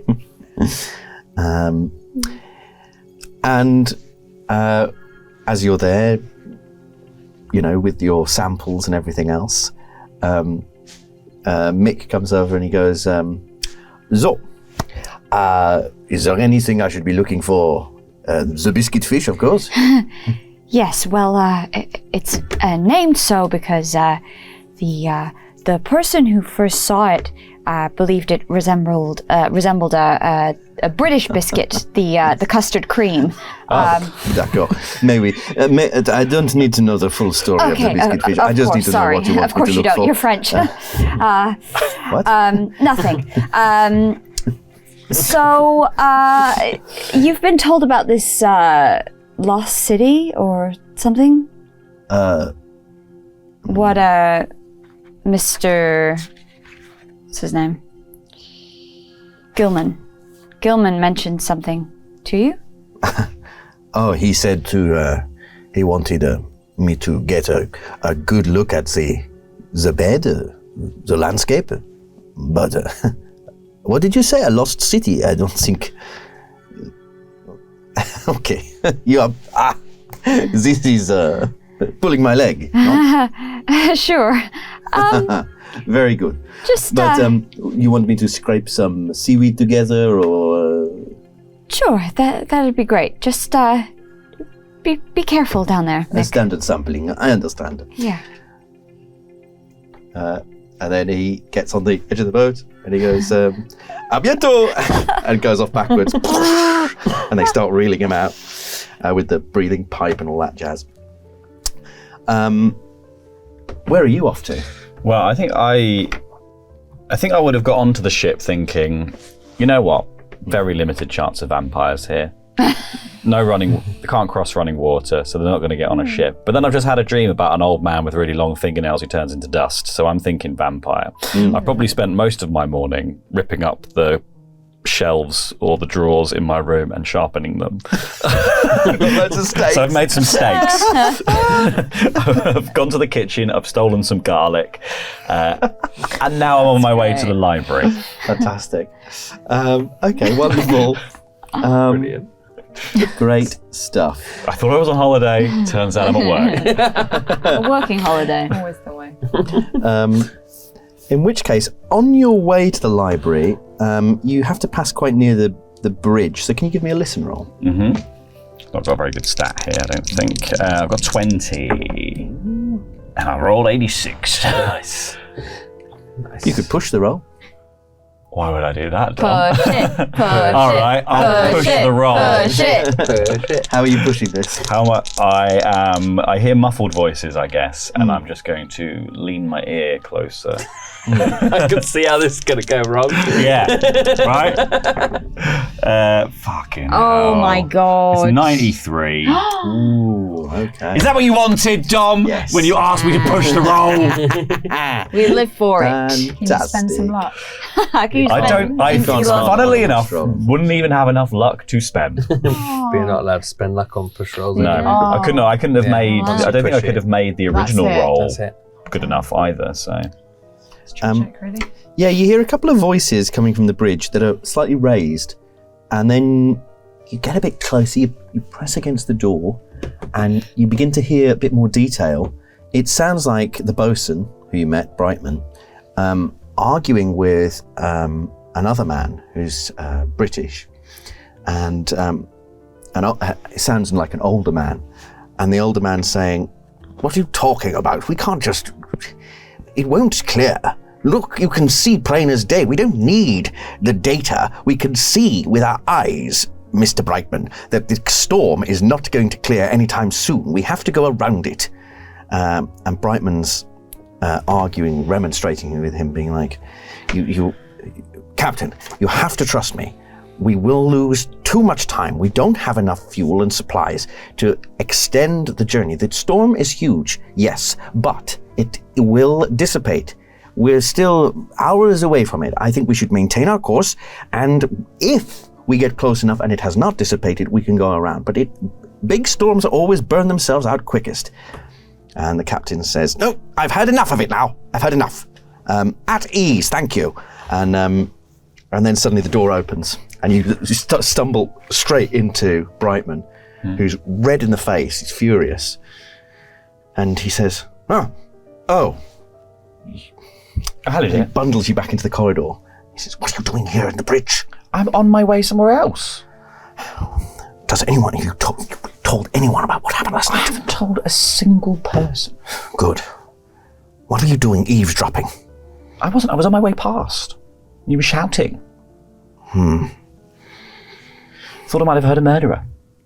"Is there any news?" Not so far. Good. If you find anything, You'll be the first to know. good. You look awfully hot. It's really hot, isn't it? Something's missing. Something's gone missing. I have to find it. If you come across anything out of the ordinary, I need to know about it. Not just information. Items, objects, weapons, anything. Sure. All right. And he goes on his way. And you make your way to the library. Yes. Meanwhile, in the medical bay, you arrive to find it. It's a smallish cabin room with 6 gurney beds lined up, 3 on each side, and there's a little desk, a washing area, sanitation area, and then a door to the doctor's quarters. But the doctor is at his desk. He's making notes of something, and he looks up over his pince-nez spectacles as you come in, and he says, "Hello, can I help you? Problem?" Hello, Dr. Peasley. Peasley, right? Is it? Yes. Yes. Well, I'm Tommy Rumbles, and Pleasure to meet you. Violet McSnurt. Lovely to meet you. And the feeling is mutual.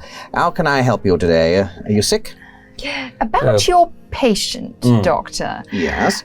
We here. The second officer. And he looks over to him. Yes. May we talk to Mr. Hawk.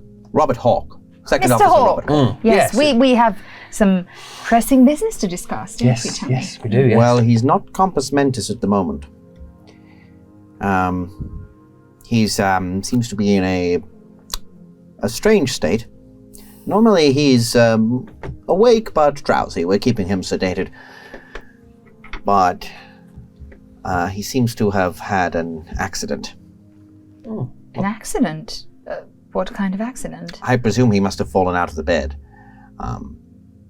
What's happened to him? Well, he's cut his head. Oh, Look. And he takes you over, and there's bandages around his head. And he says, and his breathing has become very shallow. We are I'm slightly concerned, I have to be honest. you don't think anyone tried to do something to him, do you? Like what? Don't know. Give him a big bash with a big stick, or hammer, Or a glass bottle, perhaps? or a glass bottle, We're perhaps. just spitballing here, of course. Well, I don't see why anyone would. No, neither do I. But Maybe the Why? person... Didn't he What? start attacking people? Well, yes, what happened? Why is he at the bay? At the doctor's bay? Oh, yeah, I see. He had a hysterical outburst, and he's suffering hypertension, high blood pressure. Yes, it is the pressure and stress of his position on the ship, and it's not uncommon in long journeys. Cabin fever, they call it. I mean, There's no way we can talk to Mr. Fogg? we can try and rouse him, but I'm just telling you, I'm not optimistic. Well, Yes. there's no harm in trying, is there, Tommy? May as well give it a go. And he goes over to him and he starts gently touching him on the shoulder. And he goes, Officer Hawk, are you awake? And he starts sort of going,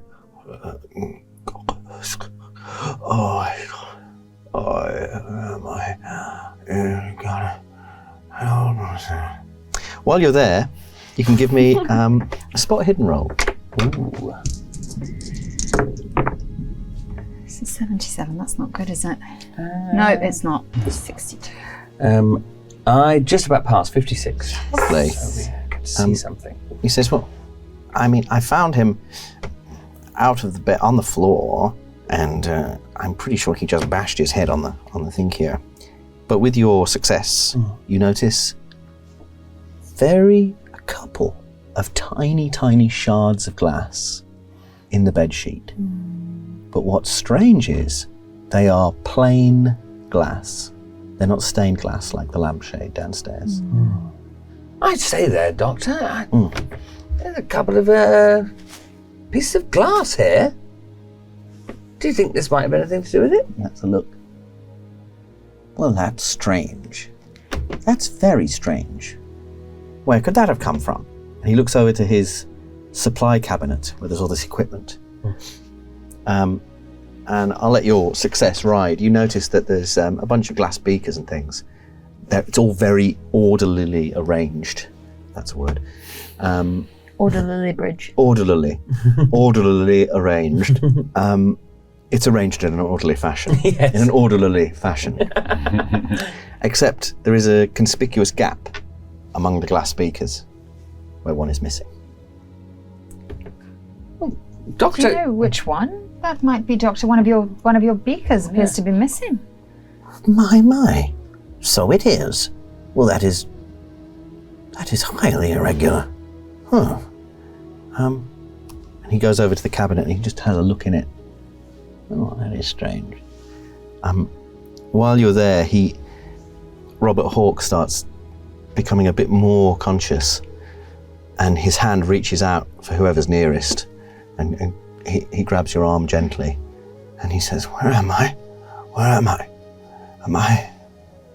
What's happening?" Mr. Hawke, is it? Well, you are in. You're fine, Mr. Hawke. You're fine. You're okay. You're in the medical bay, but everything's going to be okay. Do you remember how you got here? Yes. There was a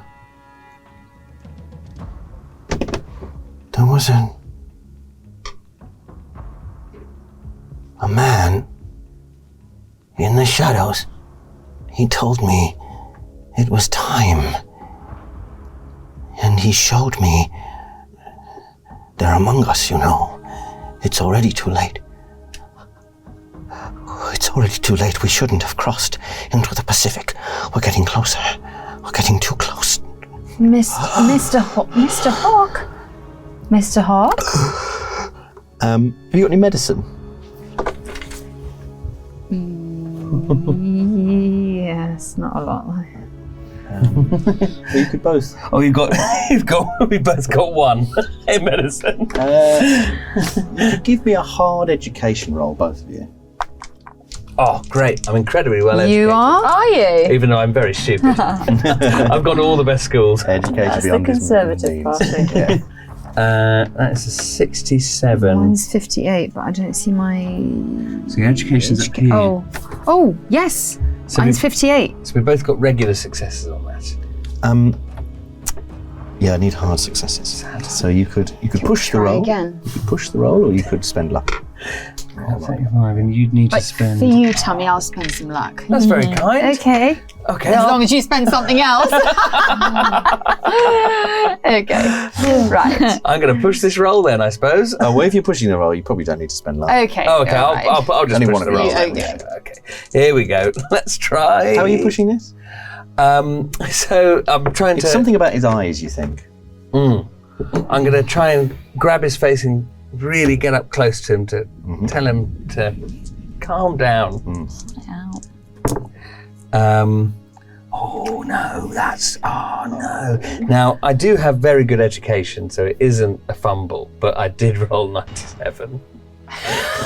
Which is actually remarkably a failure, given that my education is 93. That's Brutal. hard. I'll spend some luck. I'll spend some luck. Oh, it's really unnecessary. Oh, is You're it? going to find out what you wanted to find out. Oh, okay. But not in the way you Not in the want way it. you want. I see. Okay. His eyes, his pupils are pinpricks, and you realise that that's the sign of a barbiturate overdose. This guy he's obviously been given barbiturates anyway, but he's clearly been given too much, and that's why his breathing isn't right. You suddenly realise he's probably dying, and the doctor hasn't noticed for whatever reason. He looks into your eyes and he says, "I haven't told anyone this. There's someone on board. A stowaway. I worked it out.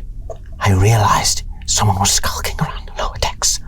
And I don't know what they want. But I think now it's our only hope. I had a dream. He came to me in the dream and he told me we're in terrible danger." And then he just dies in your arms. Doctor! What's the matter? What's happening? I think he's died. And he checks his pulse. Yes. My goodness. What did you do? I didn't do anything. I just looked at him very close up. It's not enough to kill somebody, you'd hope. No, I'm sure it's nothing to do with you. Oh, this is a tragedy. Oh dear, I wonder how this could have happened. I think, and I'm not, well, I am a highly educated, but not necessarily the brightest of fellows. But it looked like some kind of barbiturate overdose. Or something. His pupils were tiny. There's no way he could have been given too many barbiturates. I'm the one who administers them, and I haven't. When was the last time I gave him barbiturates? I don't think. And he looks at his eyes and he goes, "Oh no. No, I can't have done. Unless he took them himself, or someone gave them to him. But why would they do that? And this is very strange. This reminds me of something. I feel like I had a dream about this." And he sort of wanders away slightly and thinks to himself. What do the two of you do in that moment? I'd like to pat him down. See if there's anything in his pockets. You start patting him down, Thinking about the game. and then suddenly he sits bolt upright, and his eyes are completely black. And this voice comes out of him that's nothing like his voice, and it's in a language you can't possibly understand. Like that. He was Spanish. And then, or Welsh. And then he just collapses. Naming train stations. And he collapses. And you both give me sanity, right? Yeah, it's fair. I'm scared. That's fair enough. Another 42. hot fail. Another hot, spicy fail. Spicy Hot fail there. summer. Oh, Hot yeah. fail summer. Hot fail summer for Simon Bob. Survived, I think. Oh, lovely. Mine's 55 and I got 42. Fantastic. Great.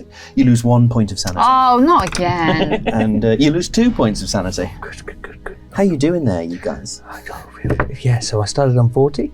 I'm on 33. Oh. So how much into a fifth? What would that be? An 8. 8. So I'm on 51. okay, just one more. One more. And definitely insane. That's good. But I think I've seen the worst of it. Yeah. Yeah. Yeah. Can't get you're any through worse. the worst of it. How many have you lost over? I've 3, I think. No, wait, more than that. You 4. lost 4, yeah. Yeah. Yeah, fine. Meanwhile, back to... let's go back to the library first. So you're in the library. Yeah. You're in there on your own. Mm. For now. What do you want to do? Well, I remember Violet telling me about bumping into Claire Smith down here and how she was looking at a book on mechanical engineering. And having rummaged through Claire Smith's stuff, doesn't seem like she's much interested in mechanical engineering, and there seems to be something that she's hidden from everyone that I read about in the journal. So I'm going to look for this book on mechanical engineering. All right. Let's have a library use roll. I do actually have library use. I've got 60 in that stat. The greatest skill in the whole game. And I've passed. I have a 60 and I rolled 55. Fantastic. Takes you a bit of time. You go through the Huey decimal system or whatever. And The Huey, Dewey and Louie decimal system. You find this mechanical engineering book that seems slightly out of place. It should probably be in a slightly different section. It's sort of slightly incongruous for some reason. Quite a big book. And you take it out, and it appears to just be a book on mechanical engineering. Well, I want to go in the shelf behind it. So you start feeling around in there, and you feel this very roughly made catch, as if you can fit your finger in it, and it feels like something can move back there. Almost as if it's not been... it wasn't part of the design of the library. It's like someone's spent some time to make this with just like a pen knife or something. They've scratched their way in and Just they... a little hole, or is it like something? Or is it something that will like a mechanism? Yeah, it feels like a mechanism. Oh, I'll give that a... So you press That it little and pull. something on a spring just sort of... And a panel moves. And someone has just etched into the back wall this little nook. You put your hand in there, you feel something cold and hard with edges. Well, I'm taking it. Yeah. Laurie knows what it is, but I'm the So you take it out. Pan doesn't. Can you give me... Ooh, what would this be? A listen roll. A listen? Yeah, let's have a listen roll. Not good at that. That's not good. 49 over 20, which is a fail. So you don't hear the door open and close behind you, but you take this thing out, and it's this oblong stone thing on a leather thong, and it's etched with these symbols and runes that you don't recognise. And let's have a luck roll. Here we go. Here we go. Got 56 in luck. Okay. So, you know, It could could go happen. well. Could go well. Oh, it's not though. Oh, it's not though, is it?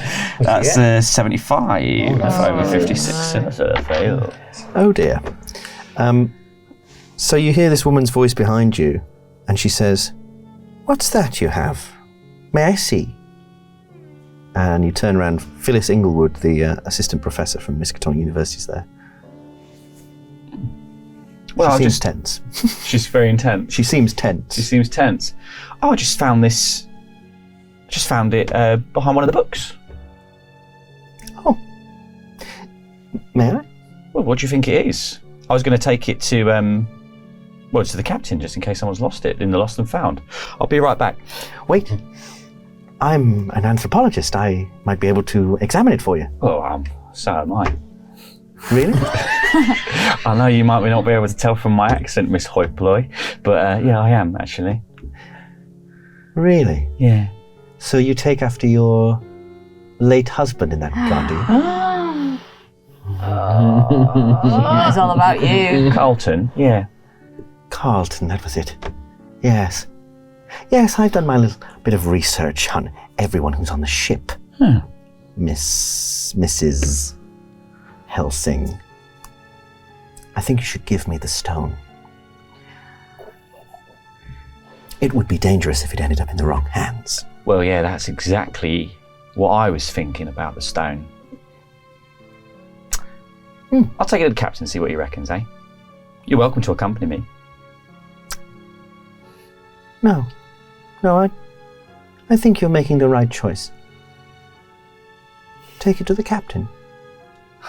And then she goes and sits down at one of the desks and says, but if you do decide you need an expert eye on it, you'll know where to find me, I'm sure.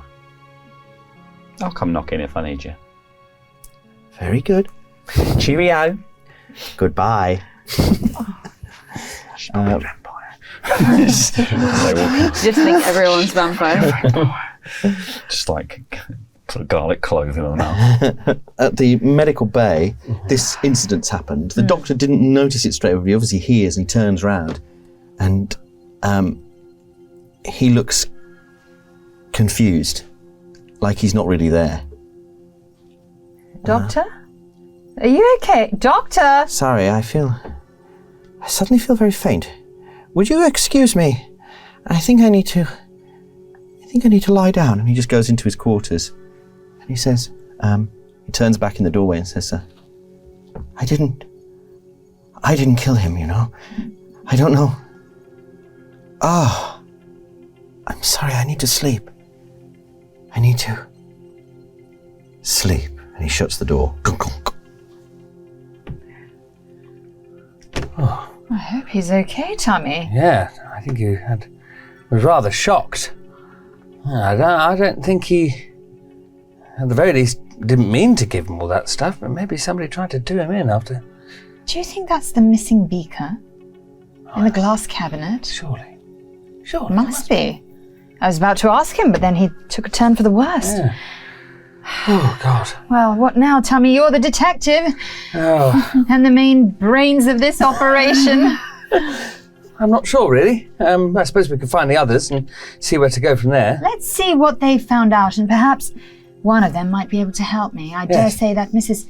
Helsing, is it? Yes. Oh, yes. Seems to know rather more than she lets on. Yes, it seems like it, doesn't it? Yes.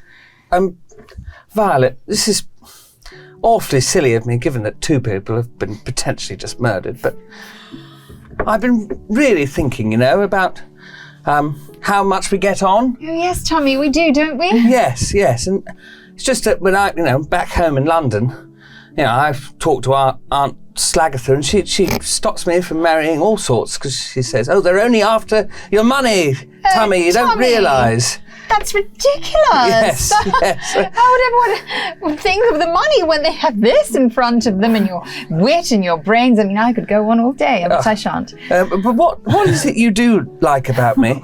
Because Tommy, well, haven't I just said? I know, I know that I'm not the brainiest sort. I came bottom of my class in Eton and Cambridge, and they said, it's a miracle you're here, you can barely read. Oh, Tommy, that's not what I think of you at all.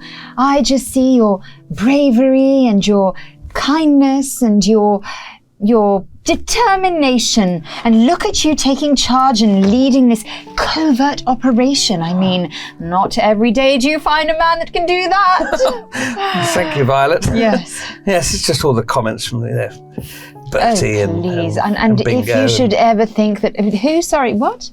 Bertie and Bingo and even Big Willie at the club, they all say things, Well, you know what I say.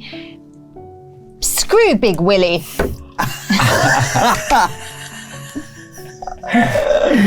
He's just a big Willie with no comments. I couldn't agree more. Yes. Oh, And do you know what? Tommy. Gosh, I forgot your name there.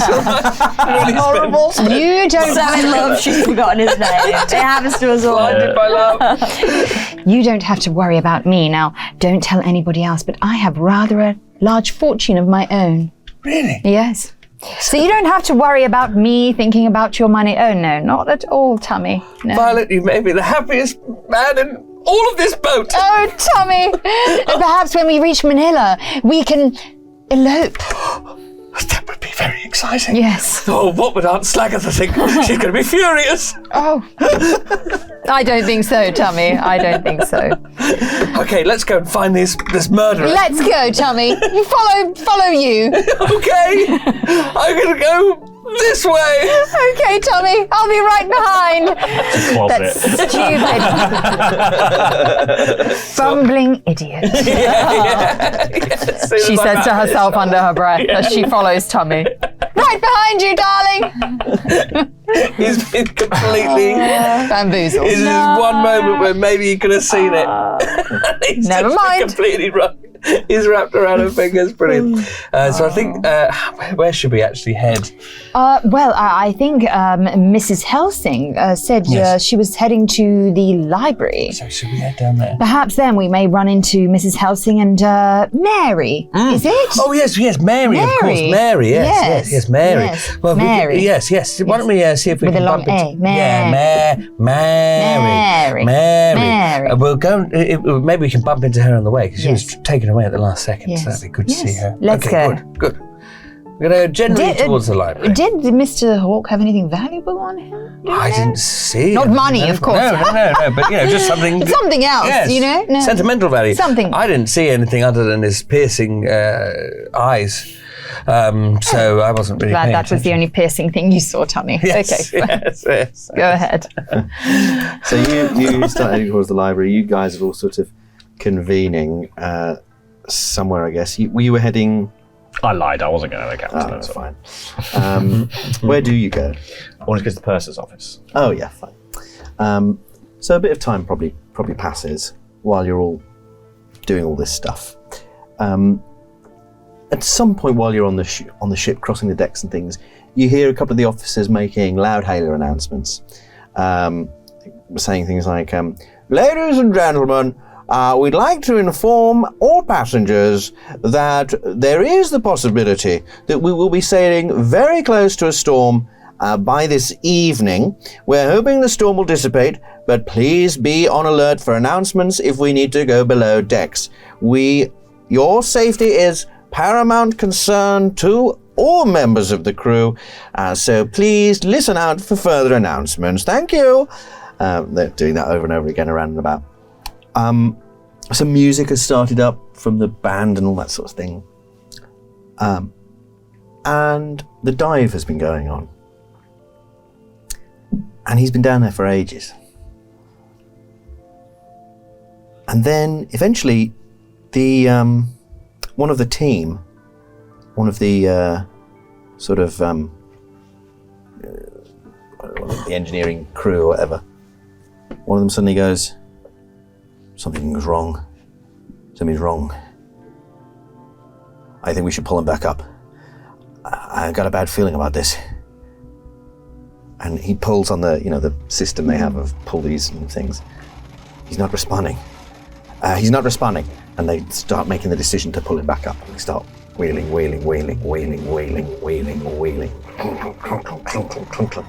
And there is a bit of a wind picking up now, and you can see this huge black cloud on the horizon, way away. It's like a thin black cloud way away, right on the edge of the entire world as you can see it. And then finally they pull him up, and he comes up sort of backwards, so you see his face first. He comes up head first over the thing and just sort of flops on the floor, and he's sort of gasping, and they take the thing off, and he's panting like that. And as they take his mask off, you see his face is a mask of horror. He looks absolutely terrified. And people are sort of gathering around. What do you do? Rush towards him. What did you see? What was it? There's something down there. Something. There's towers as far as the eye can see. There is a city down there, but bigger than anything I've ever seen. But that's not the problem. And he grabs you and he pulls you really close and he goes, He's something bigger than a fish. Something horrific. A shark? No. It had a face. It had intelligence. And then he goes down. He's like, I can't unsee it. And then he starts just babbling in French. And you look down at his back as he hunches over, and you see there are these huge claw marks through his wetsuit, through his flesh, and it's bigger than even a bear would make. Can you give me a sanity roll? Sure thing. Whoa, what is it with me? That's a 1. You are so What is unaffected by happening this. today? It's probably a shark. That's science. You lose a sanity point. Of course. That's science. That's science. That's your catchphrase. That is Yeah, it. you rationalise it to yourself that this can be explained. Yeah. We just don't know what it is yet. Oh, we should get you to the doctor. And people start helping you carry him and everything. All right. Time probably passes. You know, the day is going by, but what else do you want to achieve before? I want to see the ship's manifest. So I'm attempting to go to see the purser and inquire after that, though I have the strong suspicion that potentially Phyllis Englewood had something to do with stealing that. Having said she's investigating every passenger on board somehow. Probably right. I think I'd like to meet up with the group and exchange information.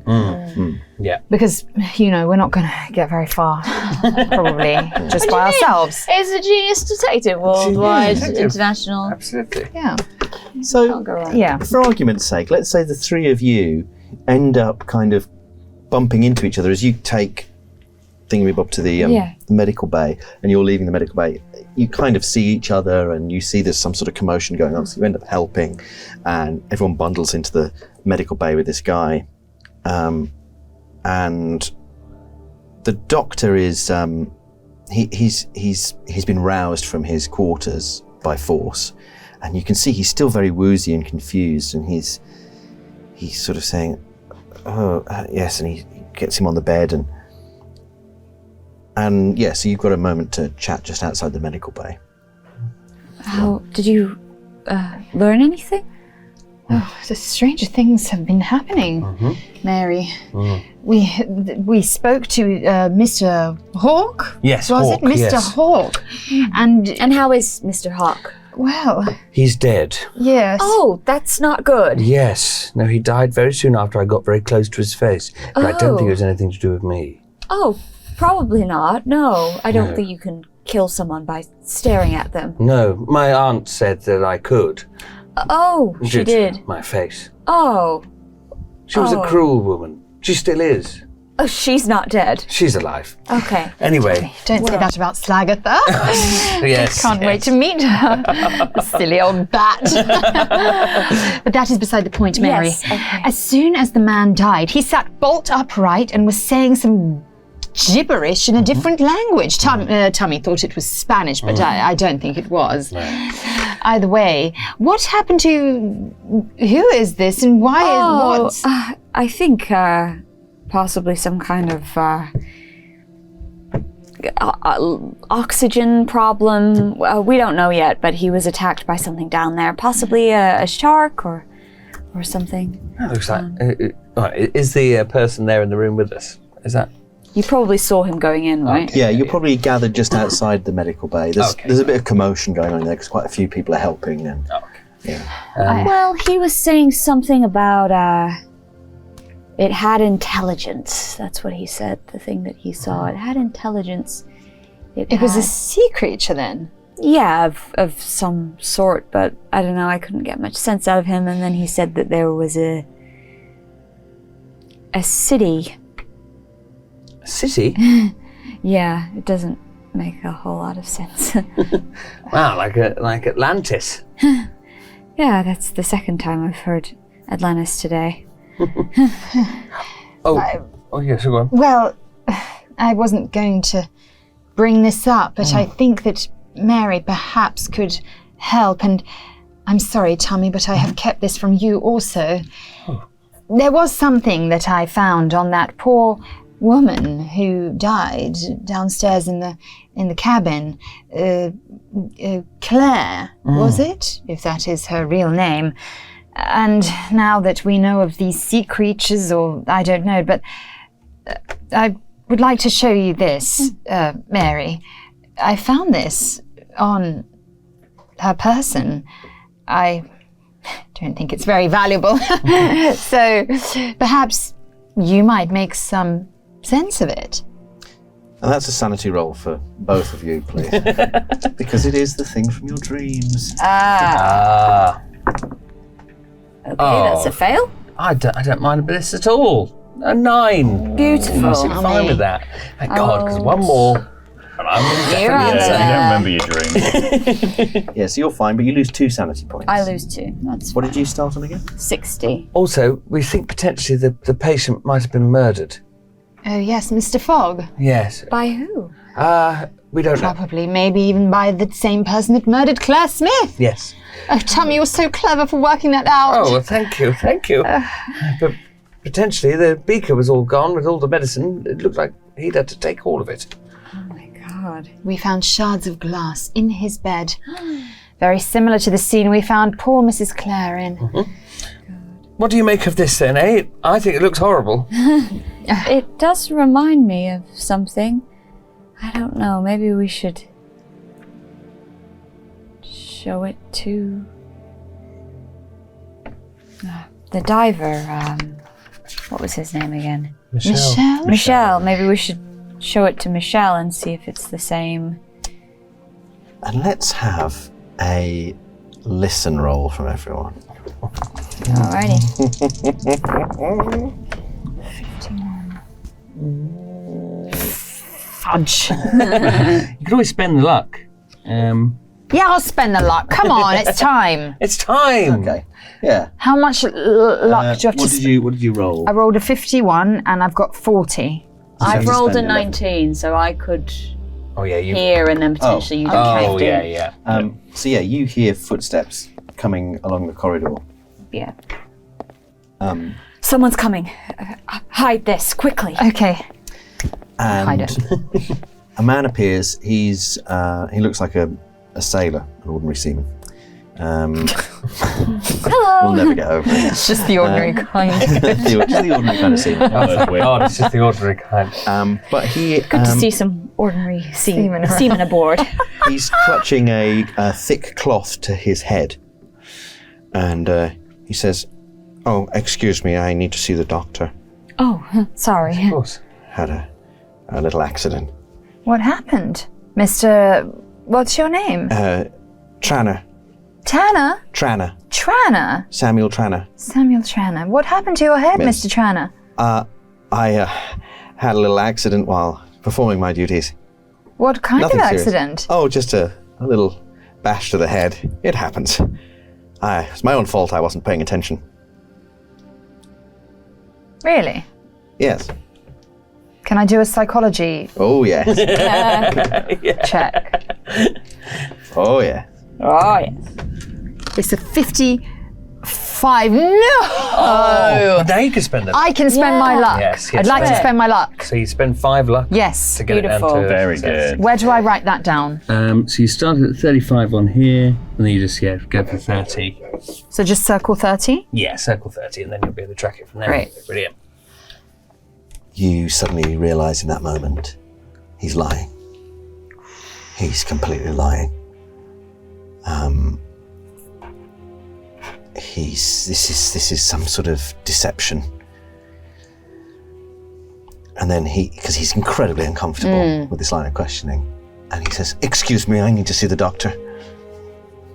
Well, the doctor actually took a turn for the worst himself, but luckily we do have somebody here who is medically trained. Yes, I am. May I introduce you to Mr. Rumbles? Yes. He will be able to look at that nasty-looking gash on your head and perhaps help you. With the help of my aunt, I was accepted into many different medical schools. I'm going to need a fast talk roll from you. Yeah, you're not helping. You're about to pen or die. 19. 19. Oh, I think you've got that. Where is it? Fast talk. It's up here. Oh, yeah. Yeah. That's a hard A success. hard success. Yeah. Yeah. So yeah, he takes the thing down and he says, well, will it be okay? Will it be all right? And what am I looking at here? You're looking at quite a nasty laceration of his head. He says, I walked into a glass lamp that shattered on my head.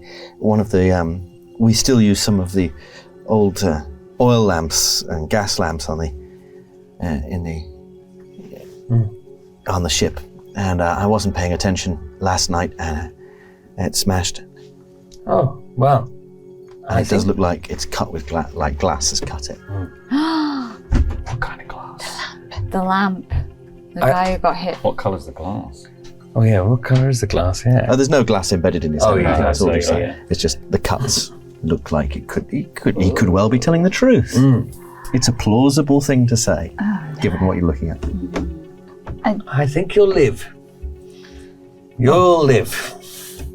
Perhaps we three should go into the doctor's quarters and fetch something to help Mr. yes, Tranner. That makes Some sense. gauze or something. Yes, absolutely. Yes. Disinfected, of course. Yes. Yes, I of think course. Mr. Tranner, is it? Yes. Do wait here. We just need to fetch some supplies. Gauze. Yes, we I can are. come with you. Oh, no, not in your condition. Absolutely not. You rest yourself here and we will go and assist Mr. Rambles. Yes. Meanwhile, you've made your way to the purser's desk at the foot of the sort of grand central staircase, whatever. It's a little area, sort of foyer. And the purser's there. He's looking over some notes or something. And he looks up at you and says, yes, can I help you? Hello, dear. I was just trying to see a copy of the ship's manifest. Williamson has said I could. Williamson? Yes, Williamson. Yeah. Oh, I'm just doing a little bit of research for him. I see. Well, if it's been authorized by the bosun, I suppose that can be allowed. And then he goes behind him to a desk, and he goes, "Oh, that's strange. The manifest. I don't have the passenger manifest. Oh. I gave it to Officer Brightman. You gave it to Brightman? Yes. When was it? Yesterday. He asked to see it. Yesterday? Yes. Oh, yesterday he said he didn't have it. That's very odd. It's crazy. Yes, he said he'd like. What's he playing at, a cheeky monkey? He'd like to see it and asked if he could take it. He asked if he could take it away. He said he'd bring it back directly, but he didn't. So he's bringing it back indirectly? It seems so. Exactly, yeah. Yes, indeed. Oh, how curious. What was it you were looking for? I may be able to help anyway. Oh, well, I was just looking for, well, I just needed to know who was on board, really. Just, and where they're from. Is someone specific? No one specific. Oh, do you know what? Do you know what room Phyllis Englewood's in? Chance. I bumped into her in the library and I've not been able to catch her on board. I was going to just knock on and see if she was all right. Yes, I can probably furnish you with her cabin number. You see, and he goes through a little thing. He goes, yes, I believe she's on 288. 288. Wonderful. Well, thank you so much. Yes, if you could speak to Brightman and get those manifests back, that would be very helpful. All right, we'll give it a go. Thank Give you. them to me. I'll bring them back to you. Thank you. Thank you. No worries. Very good. You have a nice day, dear. You too. Is there anything anyone wants to do in the next sort of in the afternoon section of their day. Yeah, I want to break into Phyllis Englewood's room. Okay. And you guys have gone into the medical bay. And what do you do while you're in there? There's still a bit of fuss going on around Michel LaRouche. The diver. I should ask him what this. You should show him the statue. Do we want anyone else to see it? You stole it from her room. That stealing's a little bit generous, Mary. Well, I procured it as you liberated it from its. as an element of our investigation. Of course, Just of to course. aid Detective Tommy. Good. Tommy, that's a wonderful idea that maybe if we show Michel the statue, he might somehow, I don't know, give us some insight into what he saw. Who's in the room right now, Dom? There's quite a few of the Miskatonic University team. And Any of either of Gilman or... yeah, Gilman's there. What about Mr. Tranner? No, you Tranner's left him outside. We left him outside. Yes, we should definitely keep this a secret from our new friend, because, tell me, are you thinking what I'm thinking? Maybe we should check first what you are thinking. I'm thinking what I'm thinking. What are you thinking, Tommy? A bit hungry. What were you thinking? Well, I was only thinking that, glass upstairs from the lampshade, and Mr. Tranner has a cut that he says was caused by a... You're doing a solve. Yes, exactly. You got your own solve. Yes. Oh, that's very good. Oh, I wish So I you could all- do a solve. Thinking what sure you I'm will. thinking? Tommy, are we on the same page? He's the murderer. He's the murderer! There we go. Loud.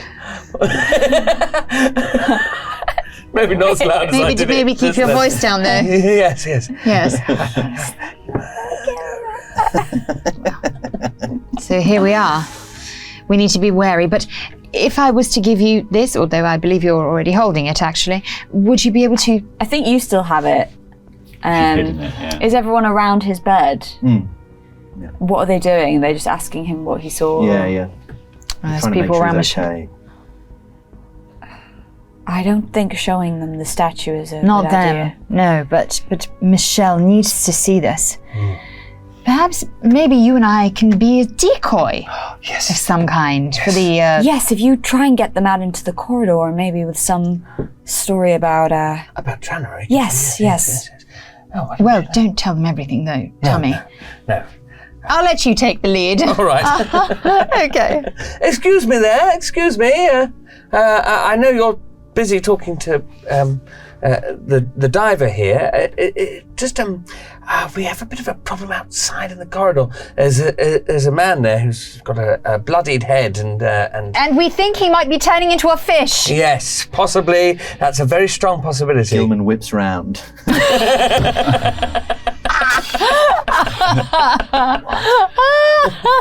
He just looks very sort of Scaly. and Smelly. smelly. Oh, he smells. And we know that you study fish.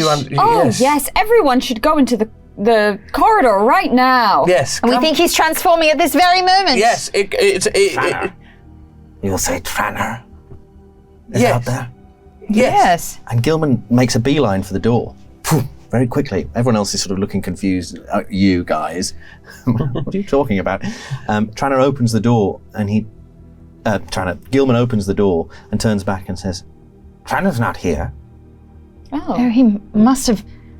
Oh, he must have escaped on his scaly stomach. Yes. While everyone's looking at them doing this, can I just quickly give him a little peek of Cthulhu? To Michel LaRouche. Yes. Yeah. To see if he You do reacts. that. A little peek of what? Yeah, it really looked like Dun, it's dun, a bit of Mary, this is not what we discussed. A spoonful of sugar helps the medicine. How you feeling now? How you feeling now? boys. You still Start calling him Big Willie. Did that creature have any of these? Very put them away, please. Concentrate. We're talking about the statue. As soon as you do that, his eyes widen. Of course they do. He rucks up the bed sheets and he starts getting up and he stands up in the bed. Is that what you saw? And he screams and he says, "They're coming! They're coming!" Okay. And outside you hear this boom, boom, boom from a tom-tom drum, big loud drum from the band, presumably, but it's loud. And then he covers his ears and he goes, "Stop the drums! Not the drums!" And then just collapses screaming. And he's hysterical. Meanwhile, you get up to room 288. 288, yeah. What do you do? I'm just going to try the door, I think. It's like middle of the day, isn't it? It's like afternoon. So I assume they're probably they're off doing their lab stuff. Mm-hmm. So yeah, I'm going to just try the door and see if I can get in. It's locked. I am not a lock. I don't have any locksmith talent, but I have seen somebody who has locksmith talent. Mm-hmm. So I think I'm going to go and find Violet.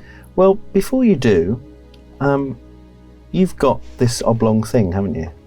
Oh, yeah. Can you give me a power The roll? world's master key. Here we go. That's very good. So my power is 70. I've rolled a 21, which is a hard success. You feel this, you know when you push two magnets together, opposite magnets, and you get that kind of tension.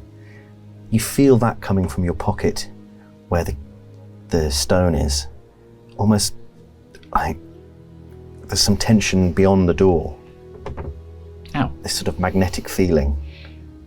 And you take the key out and it feels stronger as you push it closer to the door. Just keep pushing. You make contact with the door and you hear the lock just go clunk and the door opens. Well, I'll be. That's crazy. But the tension continues and draws you inside. Her cabin is quite large and well appointed. It's sort of a suite, but it's gloomy in here. The portholes are quite dirty, grimy, so the light doesn't get in very well. But she has a large desk covered in papers and books and things like that. What does it smell like? It smells of like ozone. That kind of like, that sort of electric smell. Oh, yeah. Yeah. What do you do? I'm going to rummage through the papers. You shut the door behind you. I'm going to shut the door behind me. Yeah. You shut the door behind you, you start rummaging through the papers. You I put the do not disturb on and then shut the door. You find detailed ship's plans. You find the passenger manifest. And you find some other books. And that electric tension increases. On the books? Yeah, on one in particular. And you push it aside and it's this large black book that's wrapped in some kind of old leather. Yeah.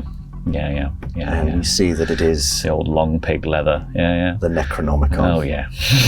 Fucking hell, why do I keep reading this book? I've read it in 2 already!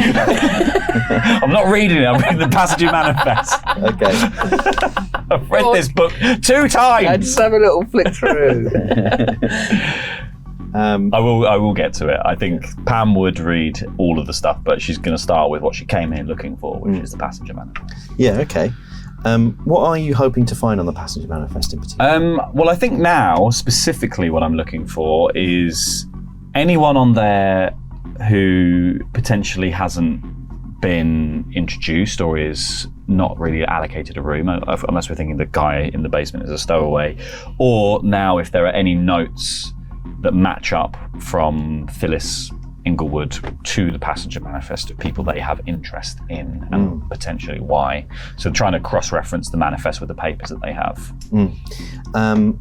Yeah, okay. So you spend a bit of time doing that, and you realise that she or someone has marked certain rooms on the ship plans.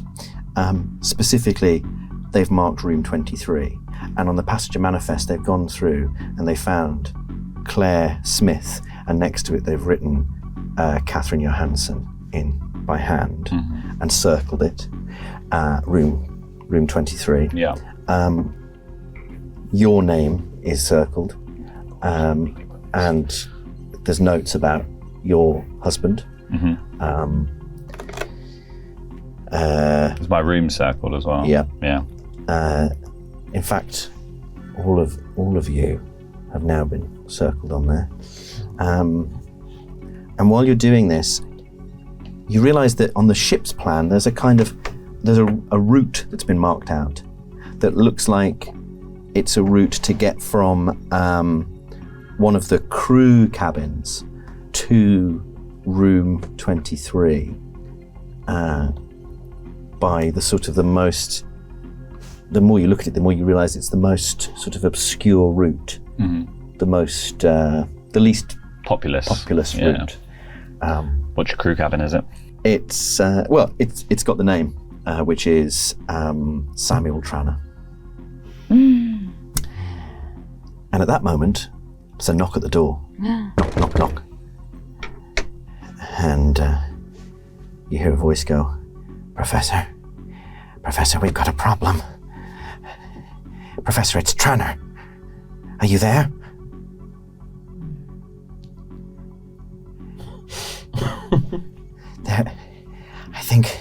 I think some of them are onto us, and Brightman, he wants to make the move now. Professor?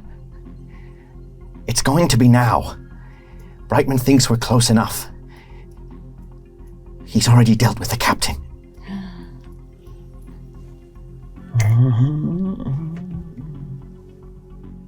Knock, knock, knock, knock, knock. I'm just leaving it. I'm just going to stay completely silent. And then you hear this, oh fuck, and the footsteps go away.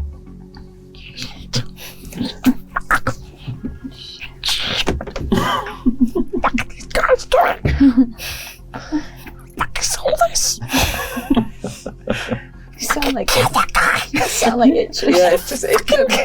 Yeah, he's involved as well. It's all a reference to that. Oh, and actually one more thing. On the ship's manifest, you see it's divided up by, normal passengers, by class, and then also Miskatonic University team and the Neoteric Artists Collective. And on that list, there is River Proletariat, Harry Peeps, Isambard Clements, Dr. Rampley, Mrs. Rampley, Carolyn Allman, Raymond Sands, so on and so on. But there are a couple of notes. Next to River Proletariat, there's a handwritten note that says, not him. Not him. Not him what? Like not him like it's not him, or don't pick him? Don't pick him. What? Is there anything else in the manifest? No. Time to have a little read of my favourite book. So you're going to read the Necronomicon? Well, let's have a think. Pam is an occultist by trade. Yeah. Pam has dealt with occult items. She would be immensely drawn to this book. However, I think if she can can I do a power roll to see what vibe she gets from the book? Yeah, absolutely. That makes sense. Because we know it's bad. I know it's bad, but I need to know if Pam does. I think she does. I've rolled 59 on a 70. So. Okay. So in terms of vibes, just vibe checking this book of, Yeah. of human skin. it is. It has. I wonder if this is bad. It gives off this repellent atmosphere. You just being near it makes you queasy. It gives you this, you get that feeling like something bad's about to happen, but you don't know why. You feel terribly anxious around this book. And you suddenly realise you've got a bit of a sinus headache behind your eyes. You feel like you've got a nosebleed coming on. I'm going to take the book. Yeah. I'm going to like bundle it up and take it. Yeah. Okay. Where do you go? Where do I go? I think I'm going to go find everyone else because I actually do need to pass on that some shit's about to go down now. So, Okay. so I'll go around the ship trying to find out where they are. Yeah. And what are you doing? You guys have tried to make a distraction in the medical bay. You just, everyone's turned around now to look at Michelle, who's screaming on the floor. I've hidden it already. Yeah. I don't know. He just started screaming and yelling. I think the party's starting upstairs, so I think we better go. Yes, let's we go. don't want to be late. Yes, and we're getting in your way. yeah, here, aren't we? we're in the Yes. way. Yeah. So you step outside and you see on the deck some of the band have gathered. Someone is banging this tom-tom drum, and this storm is getting pretty close now. The wind has really picked up, and there's a bunch of the artists are stood on one of the sort of raised decks overlooking the band, and the guy who is pushing the mummified man, you see him bending down listening to him, and he says, and then the guy steps forwards and he goes, we're now going to hear from Raymond Sands, and he starts a round of applause, and this guy comes out with a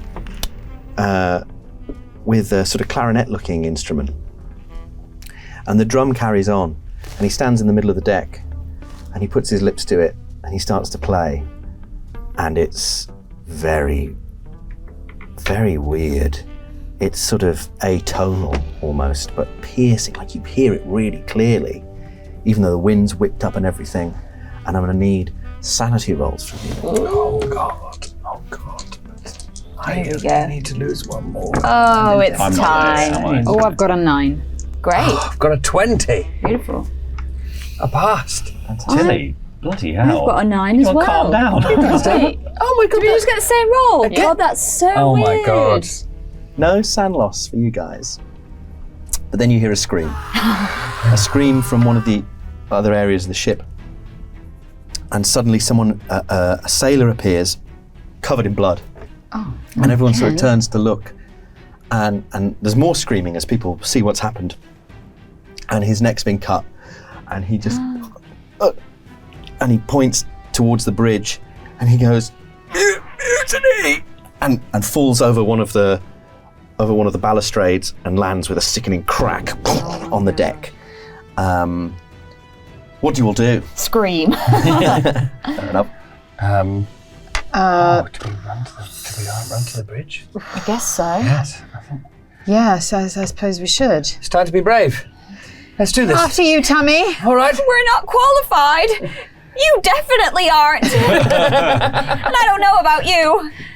Oh, I'm overqualified. I think you may be. I lasted 2.5 days at Sandhurst. I could do this. You lasted 2 days in a paper bag. Which means he has exactly the qualifications we need. Yes. Oh, God. After you, Tummy. I'm good in tight spaces and in the army. Oh, yes, you are. You're equally good in tight spaces and the army is what you mean. Oh, God, we're all going to die. Oh.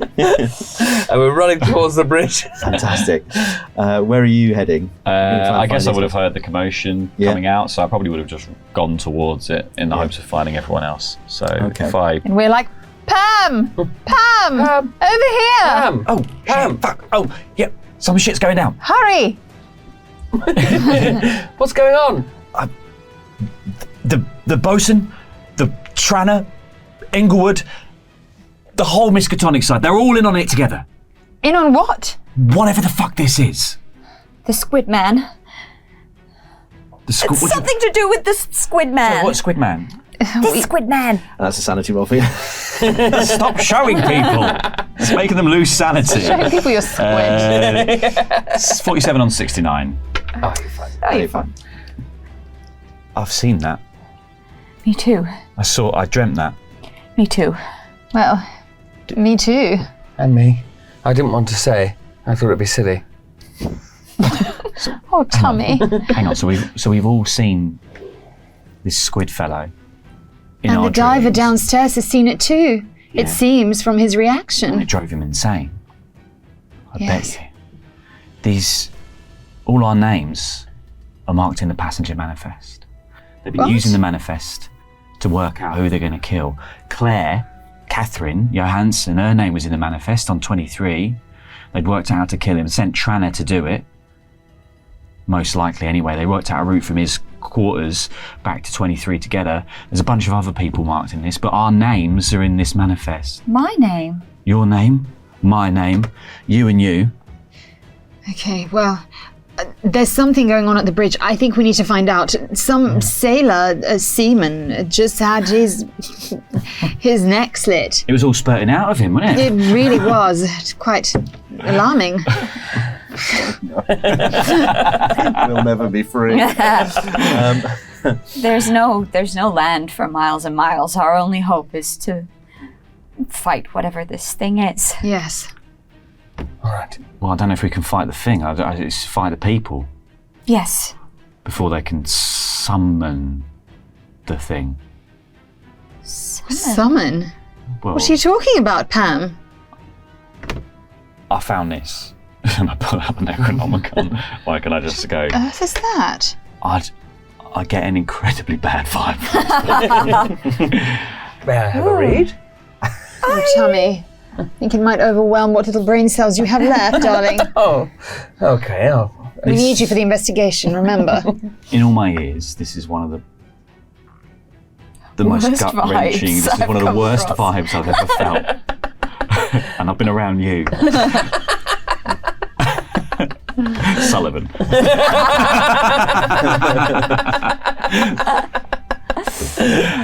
Oh, brilliant. But yeah, I'll just say, like, this is not something you want to be dabbling with. This is not something to be messed with or trifled with. This is dark magic. Magic. Do you think, whose cabin did you find that in? Inglewood's. Inglewood. You I think bumped she's... into her in the library when I found this and I held up the key. What on earth is that? I think it's a key. That magnetic tension comes Yeah. back, and you feel it now as well. As if it's connected somehow to what you're carrying. Can you feel that? It wants the squid man. Well, don't give it to it. Well, I'm not going to. Well, no, I don't know if that's a good thing or a bad thing. But the main thing is, I use this to open the door to a locked cabin. I tapped it to the door, and the lock opened. What if we destroy it? Or throw it overboard or something? No, it sounds like it could be useful. Whatever's happening, we need all the weapons we can get. That's true. Yes. Keep it. Let's hide the stone or whatever that is and the squid man, and let's go and see what's happening on the bridge. Perhaps if it is something sinister, we may be able to use this. I said something about a mutiny, this sailor. Yes. Yeah, well, they said they were going now. Who was outside the door? It was Tranner. Tranner. It was Tranner outside the door. It was Tranner outside the door, and he said the captain was already dead. Oh my god. Williamson's killed the captain. Oh my God, we need to go right away. This is terrible. Who's going to captain the ship? Well, I imagine Williamson is, but they're just going to steer us into whatever mischief they want. I don't know what their plan is. Tell me you don't have What was captaining capabilities, the do you? diver going on about? I could do it. He was mostly speaking in French, but he said he saw the creature. He saw it. He said he saw that in the water. And a city. A city. A lost city, and two of the rather unusual gentlemen from my university mentioned something to me about a forgotten city on the ocean bed. Underwater? Well, that's ridiculous. I know, that's what I thought, and then he... But then he comes up and he says He says he's seen it. So we're sailing right above it into this storm. Oh my god, the storm. We need to commandeer this ship. We need to take it back. Does anyone have piloting a giant cruise ship on Tell there? me. We must have done some of this at Sandhurst. Yes, I'm sure we did. Yes, I'm very good at shooting. I think taking control of the ship is a good plan. Yes. I can't believe that's a sentence that I'm saying out loud. So you've made your way to the bridge, yeah? That's where we're going, yeah. Can I have listen rolls, please? Aye. Look, listen at the door, hear what it says. No. Ah, mamma mia, no. That's a hard success for me. Okay, you pass, so I'm not going to bother, I failed. I failed. 26 on 20. Oh, it's close. Very close. Who succeeded? I've got a hard success. Fantastic. Well, you all hear near the bridge, the radio room door is open, and you can hear this smashing noise. And as you get closer and your view shifts around the door, you see that there is Williamson is in there with a fire axe, and he's just smashing all of the radio equipment to pieces. But with your success, you hear through the door of the bridge, you hear raised voices and someone shouting, and is saying, "What have you done to the captain, you blackguard?" And you hear Brightman's voice just say, "It's time." And then there's this horrible sort of sound of violence, like someone being hit with something very heavy and hard. You hear a gunshot go off, and then the kind of like the ringing noise afterwards. And then you hear Brightman turn around and say, "We're still missing one of the keys. We're still missing one of the keys." We can't go in there, we can't go in there. A key? Could he mean the have to item stop that you have? Yes, I think We so. can't take it anywhere near them, we need to run. Well, where do we run? We're trapped on this ship. Yes, but we need to stop them, and we're the only ones that can. Yes. Can I flick through the manifest or like the ship's plans? Mm-hmm. Is there anywhere it seems reasonable to hide? What's the most inconvenient place in the ship? Probably the brig. Yeah. Is that right at the bottom of the ship, right at the heart of the ship? next to the engine room? I think we go down here. Okay. We hide down here. We come up with a plan, because we ain't going to fight people with axes and guns. If they get their hands on this, it's game over, whatever it is. All right. Does anyone have a secret gun that they haven't told anyone about? No, I Okay. left my secret gun at home. Oh, that's a real On the shame. plans, the weapons locker is in the bridge. In the bridge, where the gunshots came from. And you now hear Phyllis Englewood on the bridge, and she says, what about the artists, Peeps and Proletariat?" And Brightman says, "Well, you know it's not really him, don't you?" And she says, "Yes.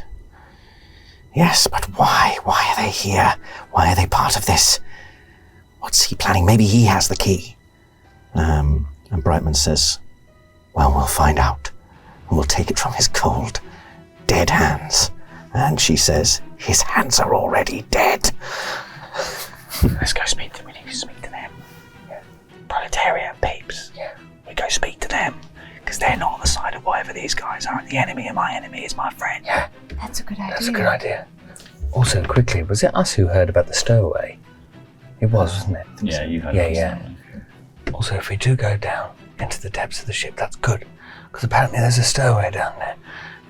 One of the sailors said it was in some way our only hope.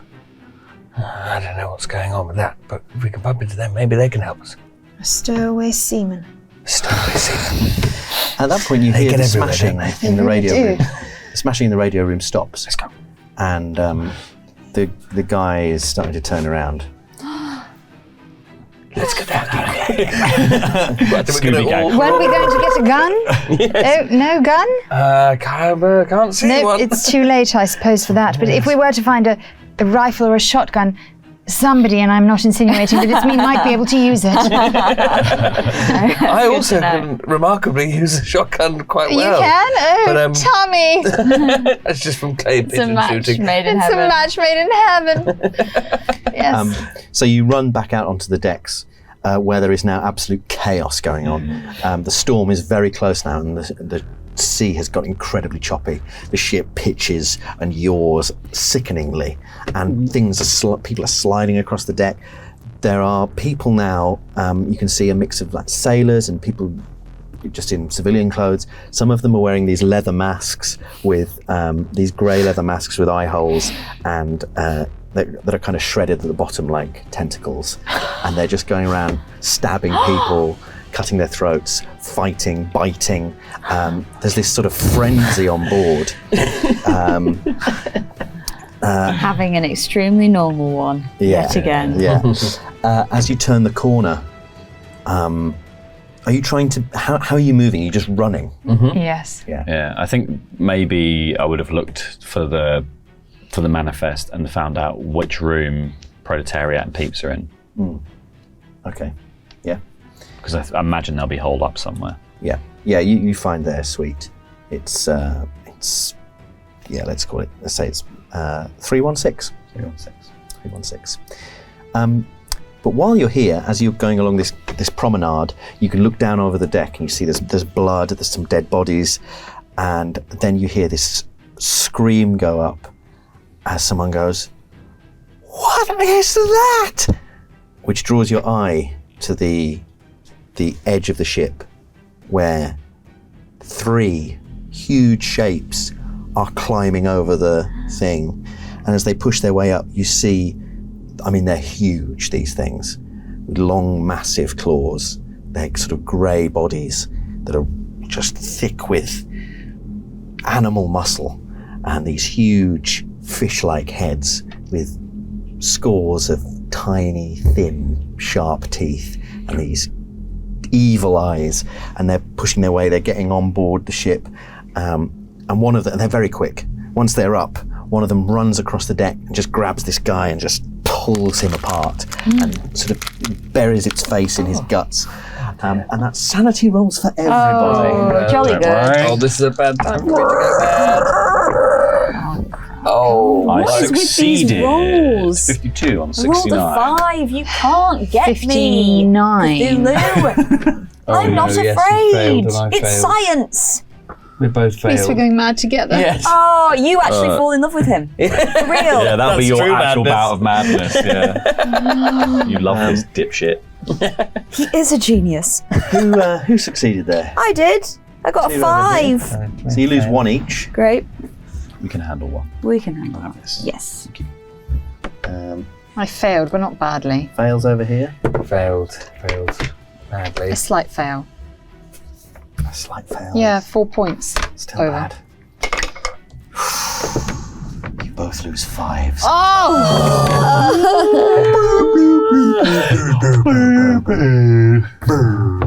That's it, I'm indefinitely insane.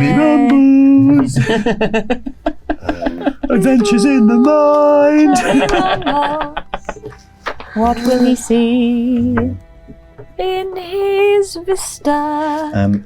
So, Tummy Rumbles has gone indefinitely insane. Your mind cracks as you realise that the person they're ripping apart is Willie Baldpuce. Willie, don't touch my big Willie! No, not Big Willie, his my semen. big Willie! Oh no! My dear big Willie! And you hear his final word cry out as his guts are torn apart by a giant fish thing. He goes, "Don't bother!"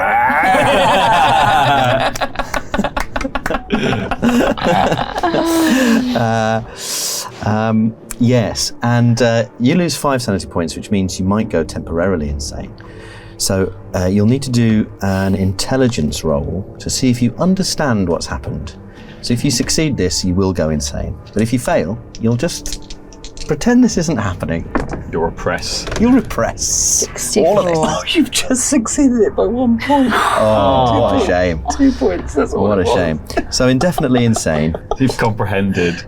Just about comprehended what's going on. Oh dear. Are we playing British people or are we not? How are we unable to repress this? Yeah, you should get a bonus die for being British. Yeah. As you hear someone coming around the corner, you hear this running footsteps. But in that moment, you faint. Tommy! Tommy just collapses like a big sack in the corner. Just bump. But you temporarily have lagyromania, which is an uncontrollable compulsion to make loud or shrill noises.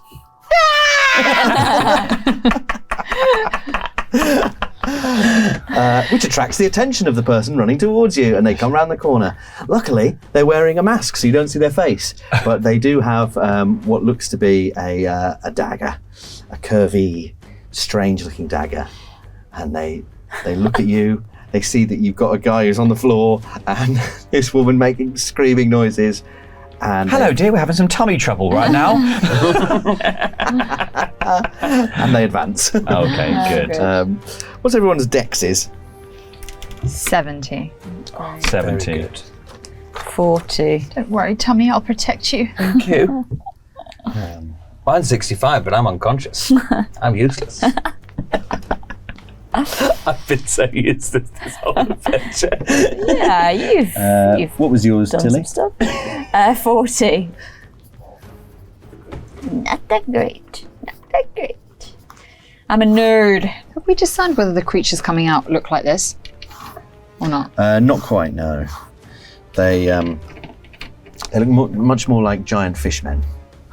That's Deep disturbing. ones. Yeah. Deep one. The deep ones. But But it ain't that deep. because you both had an initial your bout of madness, you gain 5 Cthulhu mythos each. Yay! Nice. Don't deepen. That's fun. I've got quite a lot of those now. How do I spend them? Or they're just a skill that you can use. You could do your spontaneous So you magic. could do your spontaneous magic. I'd like to do that, please. Well, it is in fact your go. Great. How would you like to do this? Is this the fight we're doing now? Yeah. I'd like to do spontaneous magic Yeah. on the dagger person. Get him. Okay.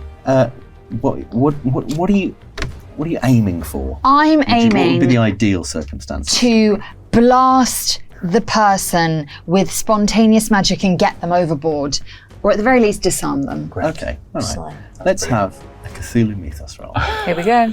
Is this just with these two? Space. How much? So what do I need to You get? need to roll under 10. Under 10. 10 or under. Oh, easy. Easy. You've been doing that 10% chance. all Yeah, your rolls day. have With been your incredible. blessing, Tommy. I know you're unconscious, but What is it? It's a 93.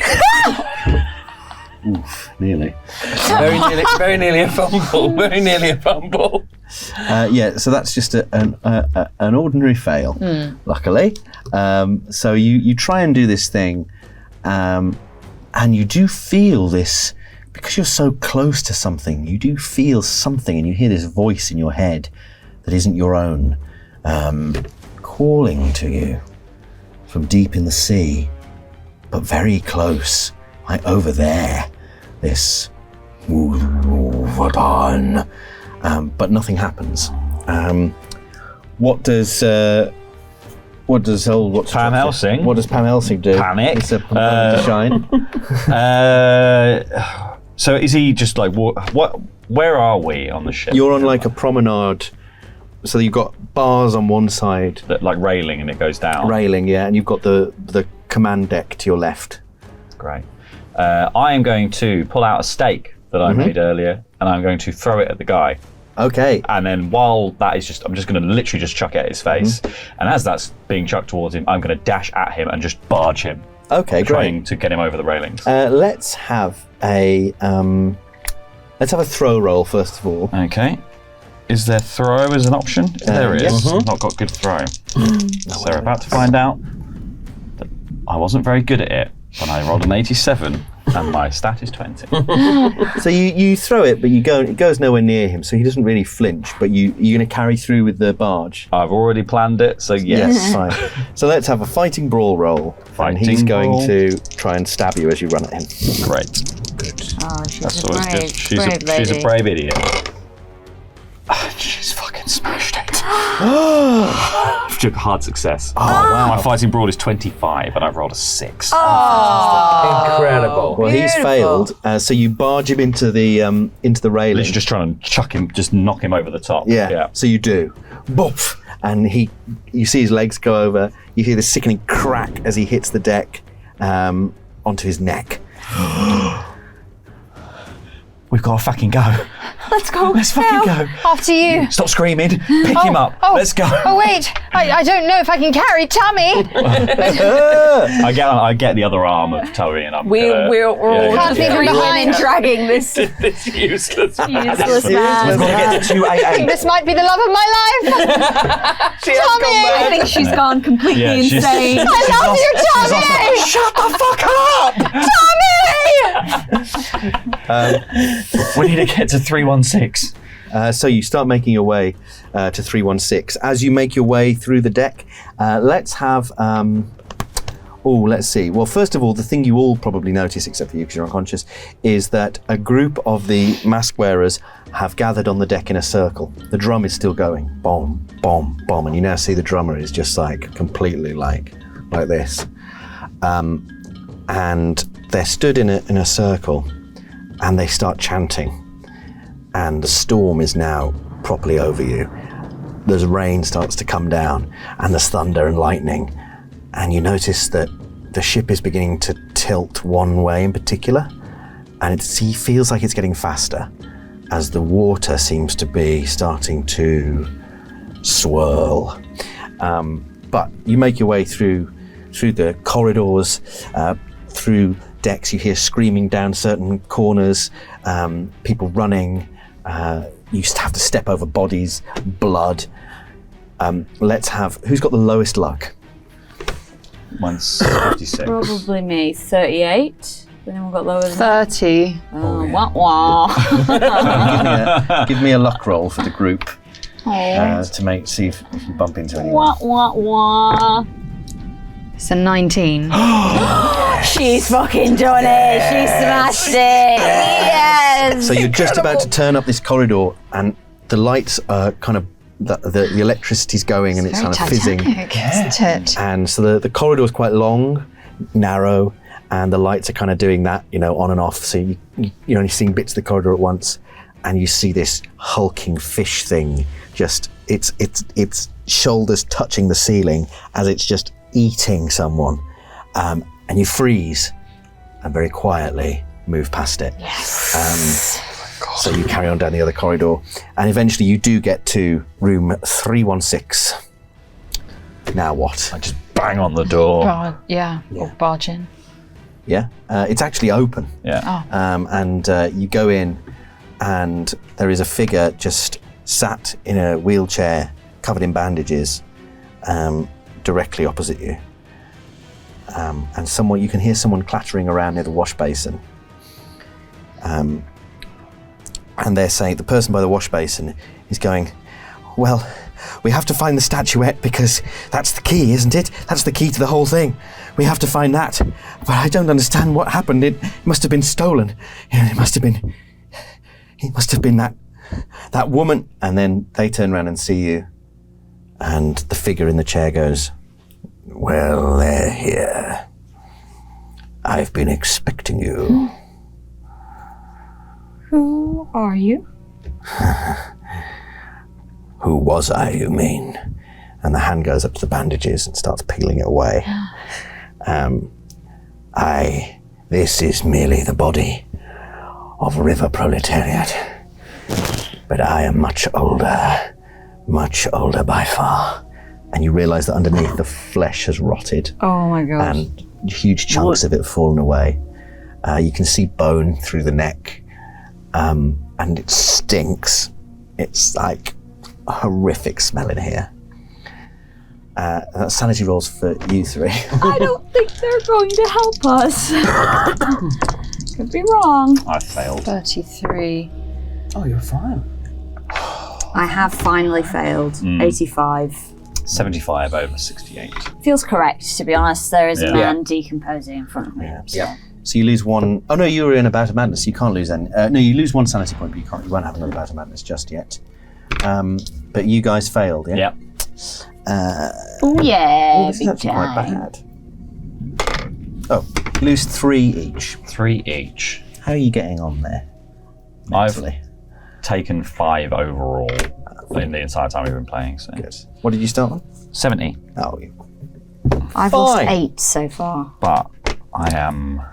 and you started on 60, so I'm Oh, on so you- 52 now. so 4 more for you. Well, but we'll see where we get on. Yeah, what do you do? You lot were there when my husband died. Ah, yes. Yes, Mr. Peeps, do you remember? Do you remember, what? Carlton. Do you remember Carlton? And Peeps says, oh yes, I remember well. I remember everything. So What? he says, so you were right. You were right. You were right about everything. And the figure says, of course I was. Yes, I was there then as well, though I was in a different form at the time. What happened to him? Oh, he's gone. He's gone with the angel that came down from heaven, and I was a fool to trust it. But now I'm close to real power, immortal power. Do you have the statuette? What would you do with it if we had it? I would appeal to the great old one, and I would gain power for myself, for loyal Peeps here, and for you if you wanted. Those freaks out there, they only want one thing, to awaken the sleeper, so that it may destroy yet another world. But if we work together, we can send it back, and we can take power for ourselves. Who is this sleeper you speak of? The great old one, Cthulhu. We are near his tomb. Can't you feel it? Can't you feel it in your bones? He says, holding up a hand that is crumbling as he moves it. I don't know if we should trust this man. We're running out of options. If they want to stop those people up there who are stabbing everyone, then what options do we have? But then Weird Skeleton Man will have all the power. Well, maybe he'll just, I don't know, become a politician or something. Maybe it won't be that. I won't trust this vampire. What did you call me? I'm not a vampire. You are some undead thing. Well, that may be the case, but I'm no vampire. I am Randall Reek, first of my name, and I will see to it that they do not get what they want. The cost will be high, but it will be worth it. Reek, that rings a bell. Was that not in some of the newspaper clippings you found? Reek Manor. Rick Manor was where Mark Carlton went. It was where he met you. Well, this body, where he met Mr. Peeps. Where he dropped dead. And he starts trying to stand up, and you hear the bones cracking and splintering as he does so. And he says, I may be in a dying shell, but I am still powerful. We can do this my way or your way. Well, My way is better. we'd love to help you, but we don't know what you're talking about. If you were to do this, sending the great old one back where he or she came from, what would you need to do? I need the statuette. Okay, and what do And you at do the with peak it? of their ritual, Yes. I will appeal to him. They don't have all the keys. That woman stole them. Stole one of them. She got lucky there. There is no other way out of this for you. You do know that. And what do the keys do? Like all keys, they unlock. They unlock the city of Willie. Each one forged in a different timeline. Each one brought to this one to end it, as it has ended many others. We are trapped in a cycle, a loop. And if this fails, as some of them have, they will pass it on. They will pass it on to Clemens. They will make him one of them, and he will repeat the cycle once more. And so, this is your only chance out. Because otherwise you will be here again and again and again until there is nothing left. There is no other option, he says. But meanwhile, you're having a dream. And in your dream, the figure that you saw before with the beard and the long fingernails and dirty face, he's gripping you. And he says, there is another way out. You gotta come and find me. You gotta get me out of here. I can help you, but you gotta find me. Okay. Where are you? They don't need all the keys, and they know it. Deep down in the brig. The brig. You should wake up now. Okay. And he puts his hand into your face, and you feel the fingers go in. And as he pulls it away, your eyes open, and you're in this room with these people. Tommy! Oh, we thought we'd lost you. No, I'm still here. Oh, it's a miracle. Yes, we need to go to the brig. We need to go to the brig. The brig? The brig. Why? It's our only hope. The man from the dream, the beard and the fingernails. He's in the brig. He's our only hope. He says they don't need all the keys. He says they don't need all the keys, and they know that, so we need to go to the brig. I think he's right. No, don't listen to this. Don't listen to these lies. No. It's a trap. It's a trick. I'm not tricking you. I'm not capable of it. Never have been, never will be. Enough, Mr. Peeps. And Harry Peeps rushes forwards and is reaching into his jacket and pulling out a gun. I'm literally just going to lunge at Reek and try and drive a stake through his heart. Okay, great. Let's have a fighting brawl roll. Oh, do me a solid, yes! That is a extreme success. Oh my God, 5. Okay, you can roll damage on that. Plus, because it's an extreme success and it's a piercing weapon, you'll get to do maximum damage and roll on it as well. Beautiful. Do you have a damage bonus? I have a -1 damage bonus. Fine. So Apparently I'm not strong. so you'll do roll a d4. A D4. This boy. That's a 3. Oh, nice. So you do. What would that be? That would be. Yeah, that's 6. 6 damage.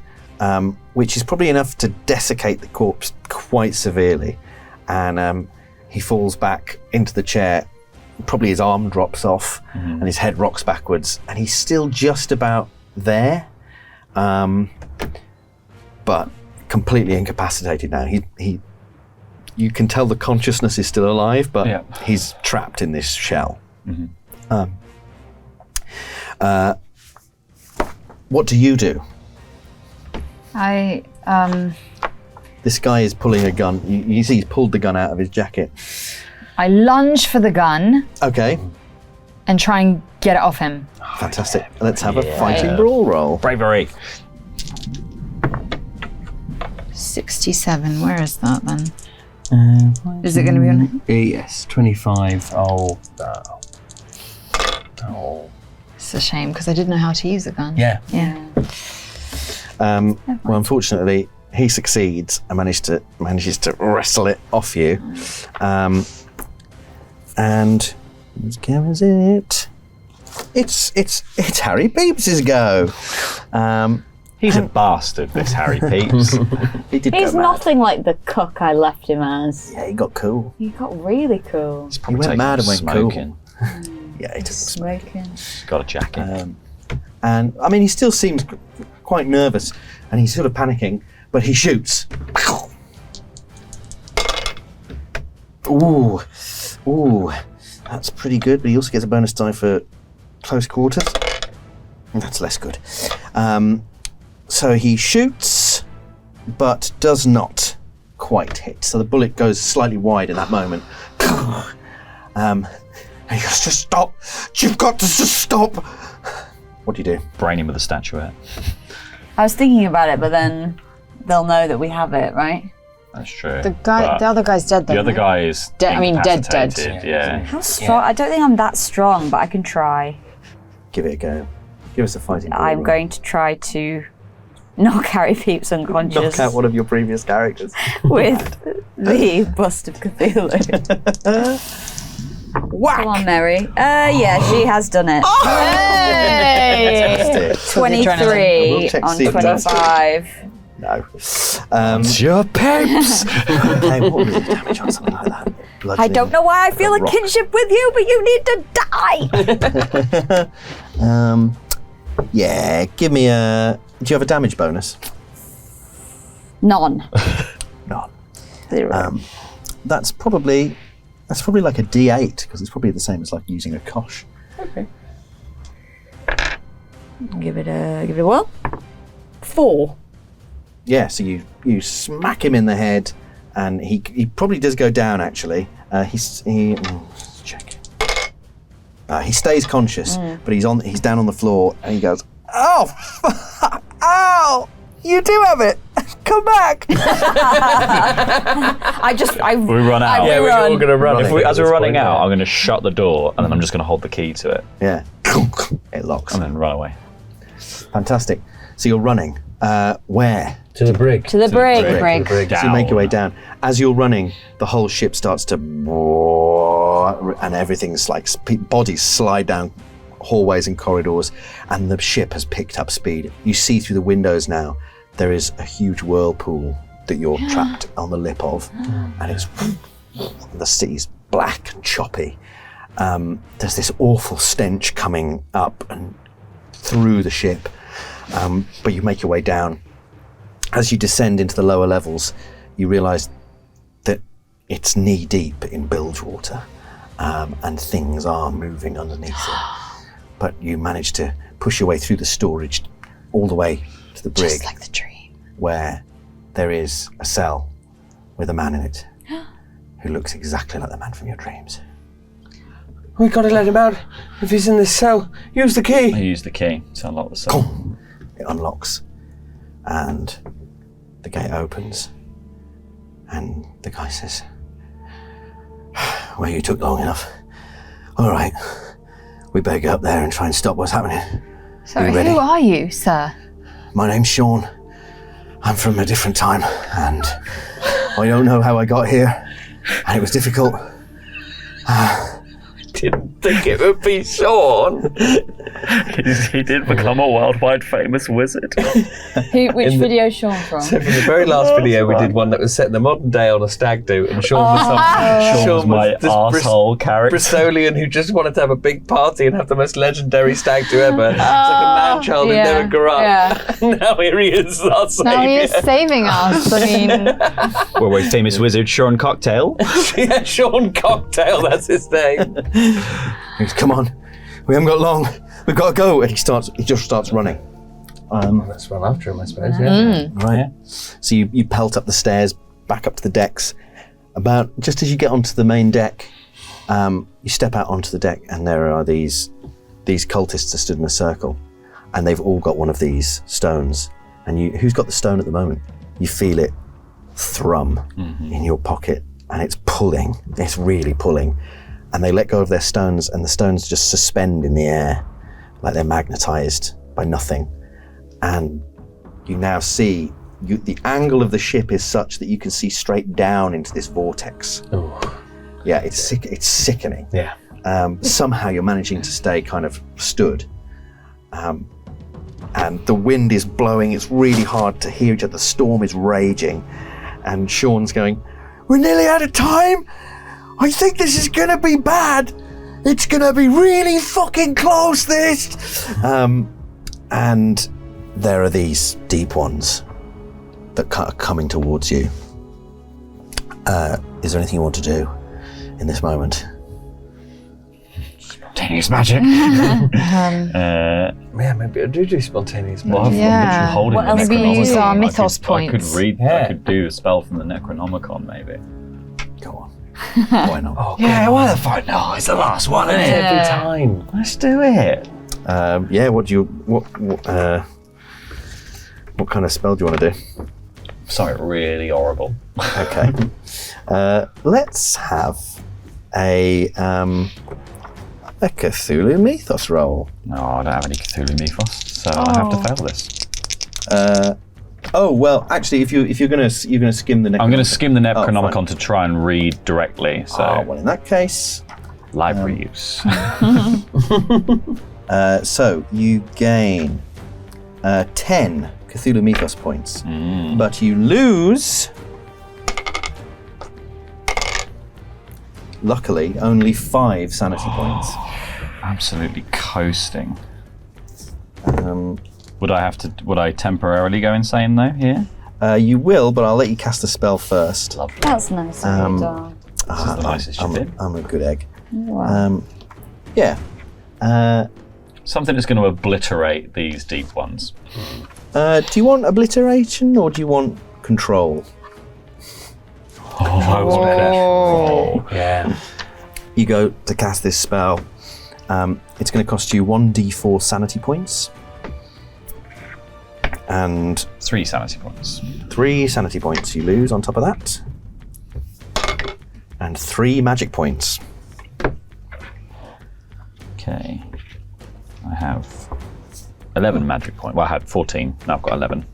You feel your mind connect with this thing, and it has a different intelligence to your own, but you realize you can communicate with it, and it will obey. What do you tell it to do? Maul the other one. It just stops and looks and just launches at it, and they tumble around fighting each other. The third one comes running towards you, and Sean just holds up his hand, and its flesh just melts. And yeah, you find yourselves on the ship. Probably seeing this is a sanity roll for all of you guys. You've gone crackers. I so that's failed fine. again. 46. And I've got 45. Oh dear. Oh dear. No. Oh, You snooty. lose 4 sanity points. And you lose 3 sanity points. And have another bout of madness. Fantastic. And you're having a bout of madness. I'm fine. You're fine. 28. Science. Fine. It's science. So It's you science. lost a fifth. Well, I started on 55 And now I'm you're on on 42. So yes, you Yeah. have lost it. So you've So gone you into crackers. insane, I believe. So I'm very much in love with Tammy then. Hey, there's worse. He's Yeah. got money, you know. Yeah, does. there's worse types of insanity for sure. Yeah, you've become obsessed with Tummy. tummy rumbles. I've become mostly obsessed with Tummy's tummy. Yeah, it's just the Oh, I tummy. love your tummy. Oh, Just the tummy. just the tummy.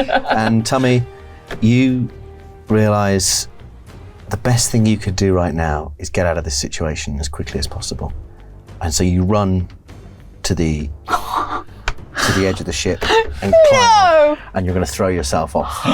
tummy. Tummy! No! As I clutch just onto his tummy Yeah. and try and as you do one last dip in his pockets as it goes. So you're going to try and grab a hold of him. Yes, just his tummy. Okay. Fantastic. So you two are grabbing onto him. He's launching himself off the ship. You look across, and one of the cultists takes his mask down, and it is the guy's name I can never remember. Carlton. It is Carlton. And he just extends his hand and he says, "Join us." Colin, I thought you died. That is not dead which can eternal lie, and with strange eons, even death may die. I can't Go on. I'm just going to go towards. No, don't! Too insane, sorry. It's a trick! Oh God, I'm so sane! Takes your I hands. can see everything that's happening. And then you hear this awful boom underneath the sea. And the vortex has reached its peak, and you can see straight down to the bottom of the ocean where there is this just monolithic slab. And you've got a really good view of this because you're teetering over the brink, and a crack runs down it. And you hear Sean in the back of somewhere in the noise. He just goes, "It's too late! It's too late! We're too late!" And the stone cracks open, and something begins to emerge up through this vortex. A gigantic figure. You see this bulbous mass of green, grey, blue flesh come up, these huge bat wings that spread, and these tentacles that writhe, gigantic monstrosity that is Cthulhu. And let's have one last sanity roll from her. I know some of you are only about Amanda's, but let's have one last sanity roll from everyone. Because anyone who fails Same is to going the to take 90 points of sound damage. Oh, for some reason. I've somehow passed that one. I've also passed that. Wait, what have you rolled? 71 on a 42. Oh dear. For some reason, that completely unbothered by that. I rolled a 3. As you're diving towards it as well. I think, you just leap towards it. You lose 5 sanity points, but you leap towards it. Tilly, you lose 1 sanity point. Mad. I know exactly what's going on. Laurie, you lose 4. 4. Dev, you lose 51 sanity. That's more like it. So I'm on minus sanity points now, am I? Yes. Literally So minus. what's the final moment of her complete break with reality? I turn to Cthulhu and I go, "My love." Fallen in love again. Finally! Take me with you. You and your tentacles. And you launch yourself into Cthulhu Amazing. and get snatched up and destroyed, probably. You've already committed to leaping off. Yep. So probably the same thing happens. Oh my God. How are you guys doing? Well, I've joined the cultists now. Yeah. And I'm just helping. So I think I've probably actually pulled out the key. Oh my God. And I've just joined in on the ritual. dark. And as you do, Carlton just be like, we can be together, right, Carlton? forever. Forever. There are other timelines. We will meet again. And then the key just whips into alignment with the others, and they begin to rotate. And the great old one has returned, and this world is doomed. And Sean turns to you, and he says words to that effect, that the world is over. And he says, but there is another way. It's the way I escaped the first time. What do we do? Come with me. Come with me to another world. You've got to trust me, though. It's not easy. It is strange. I'm not gonna lie, it's pretty weird. Okay. But What was death, your name again? Sean, Oh, are you a good dreamer? yes. Then we'll be all right. Because where we're going, death may well die. Do you take his hand? Yes. He takes your hand, and he moves his other hand, and there is this sort of, it's like a rip in the fabric of reality. And you step through into the dreamlands. Meanwhile, She's just a marine biologist. She's not even seen qualified. a fish yet. She screamed for days when she saw her first I wonder fish. what happened to the biscuit fish. Well, maybe Shaped there'll like a be one in custard the cream. You could have called it the dreamlands. custard bream. Oh, That's Elaborate. very good. no, that was so good. that I was workshopped it all throughout lunch. Damn. That's good. somewhere, a phone is ringing. in a chilly, dark manse. And a withered old hand picks it up. And an old lady says, "Hello?" And the voice, a strange alien sort of voice, says, "The time has come." and she says, "Ah, so he did his part, just as I planned." And the voice says, "Yes, Lagatha, he did." and she hangs up. And somewhere in a small coastal town, dilapidated and stinking of fish, all the residents move out into the street, into the starless night, and walk down to the water's edge. And in a saraband of ecstasy, they cavort and strip themselves of their clothes, revealing their scaly bodies, and they drift into the sea, knowing that finally their time has come. As the stars boil and roll, and the world as we know it ends. Well, this concludes the 6-part megalithic weird campaign that I've concocted for you all. But that doesn't mean Cthulhu's going away. We'll be back with more Cthulhu, and we'll be going and playing some old classics, some published scenarios. So check them out. Come and see them. And if you haven't got a clue what all this was about and all these weird references to characters that have been and gone, do check out the other Cthulhu videos that have happened so far, because they are all interlinked. And you can probably see those on the screen somewhere. Oh, magical other worlds. Click the links. One day, Dom will work out that they only come up the last 20 seconds of the video, and we've got more video to do, which is right now. But thank you to Dom for running our Cthulhu campaign. Great work as always. And thank you so much to Dev, who joined us. For this episode. Dev, where can people find you? Everywhere. You find me all over the internet. Twitch, TikTok, YouTube, Twitter, Instagram. Oh God, is there anything I'm not on? Yeah. You'll find me. We'll put links to it in the description down below if you want to follow that. And also, if you want to check out our Kickstarter, because we are kickstarting a season 2 of us playing Dungeons and Dragons here on Chaotic Neutral. You can do that by following the link in the video description down below. Now the videos are on screen, probably. Hopefully. Click the link. There's the link. Wow, there they are. There they are. Quick, they're finally here. They're here.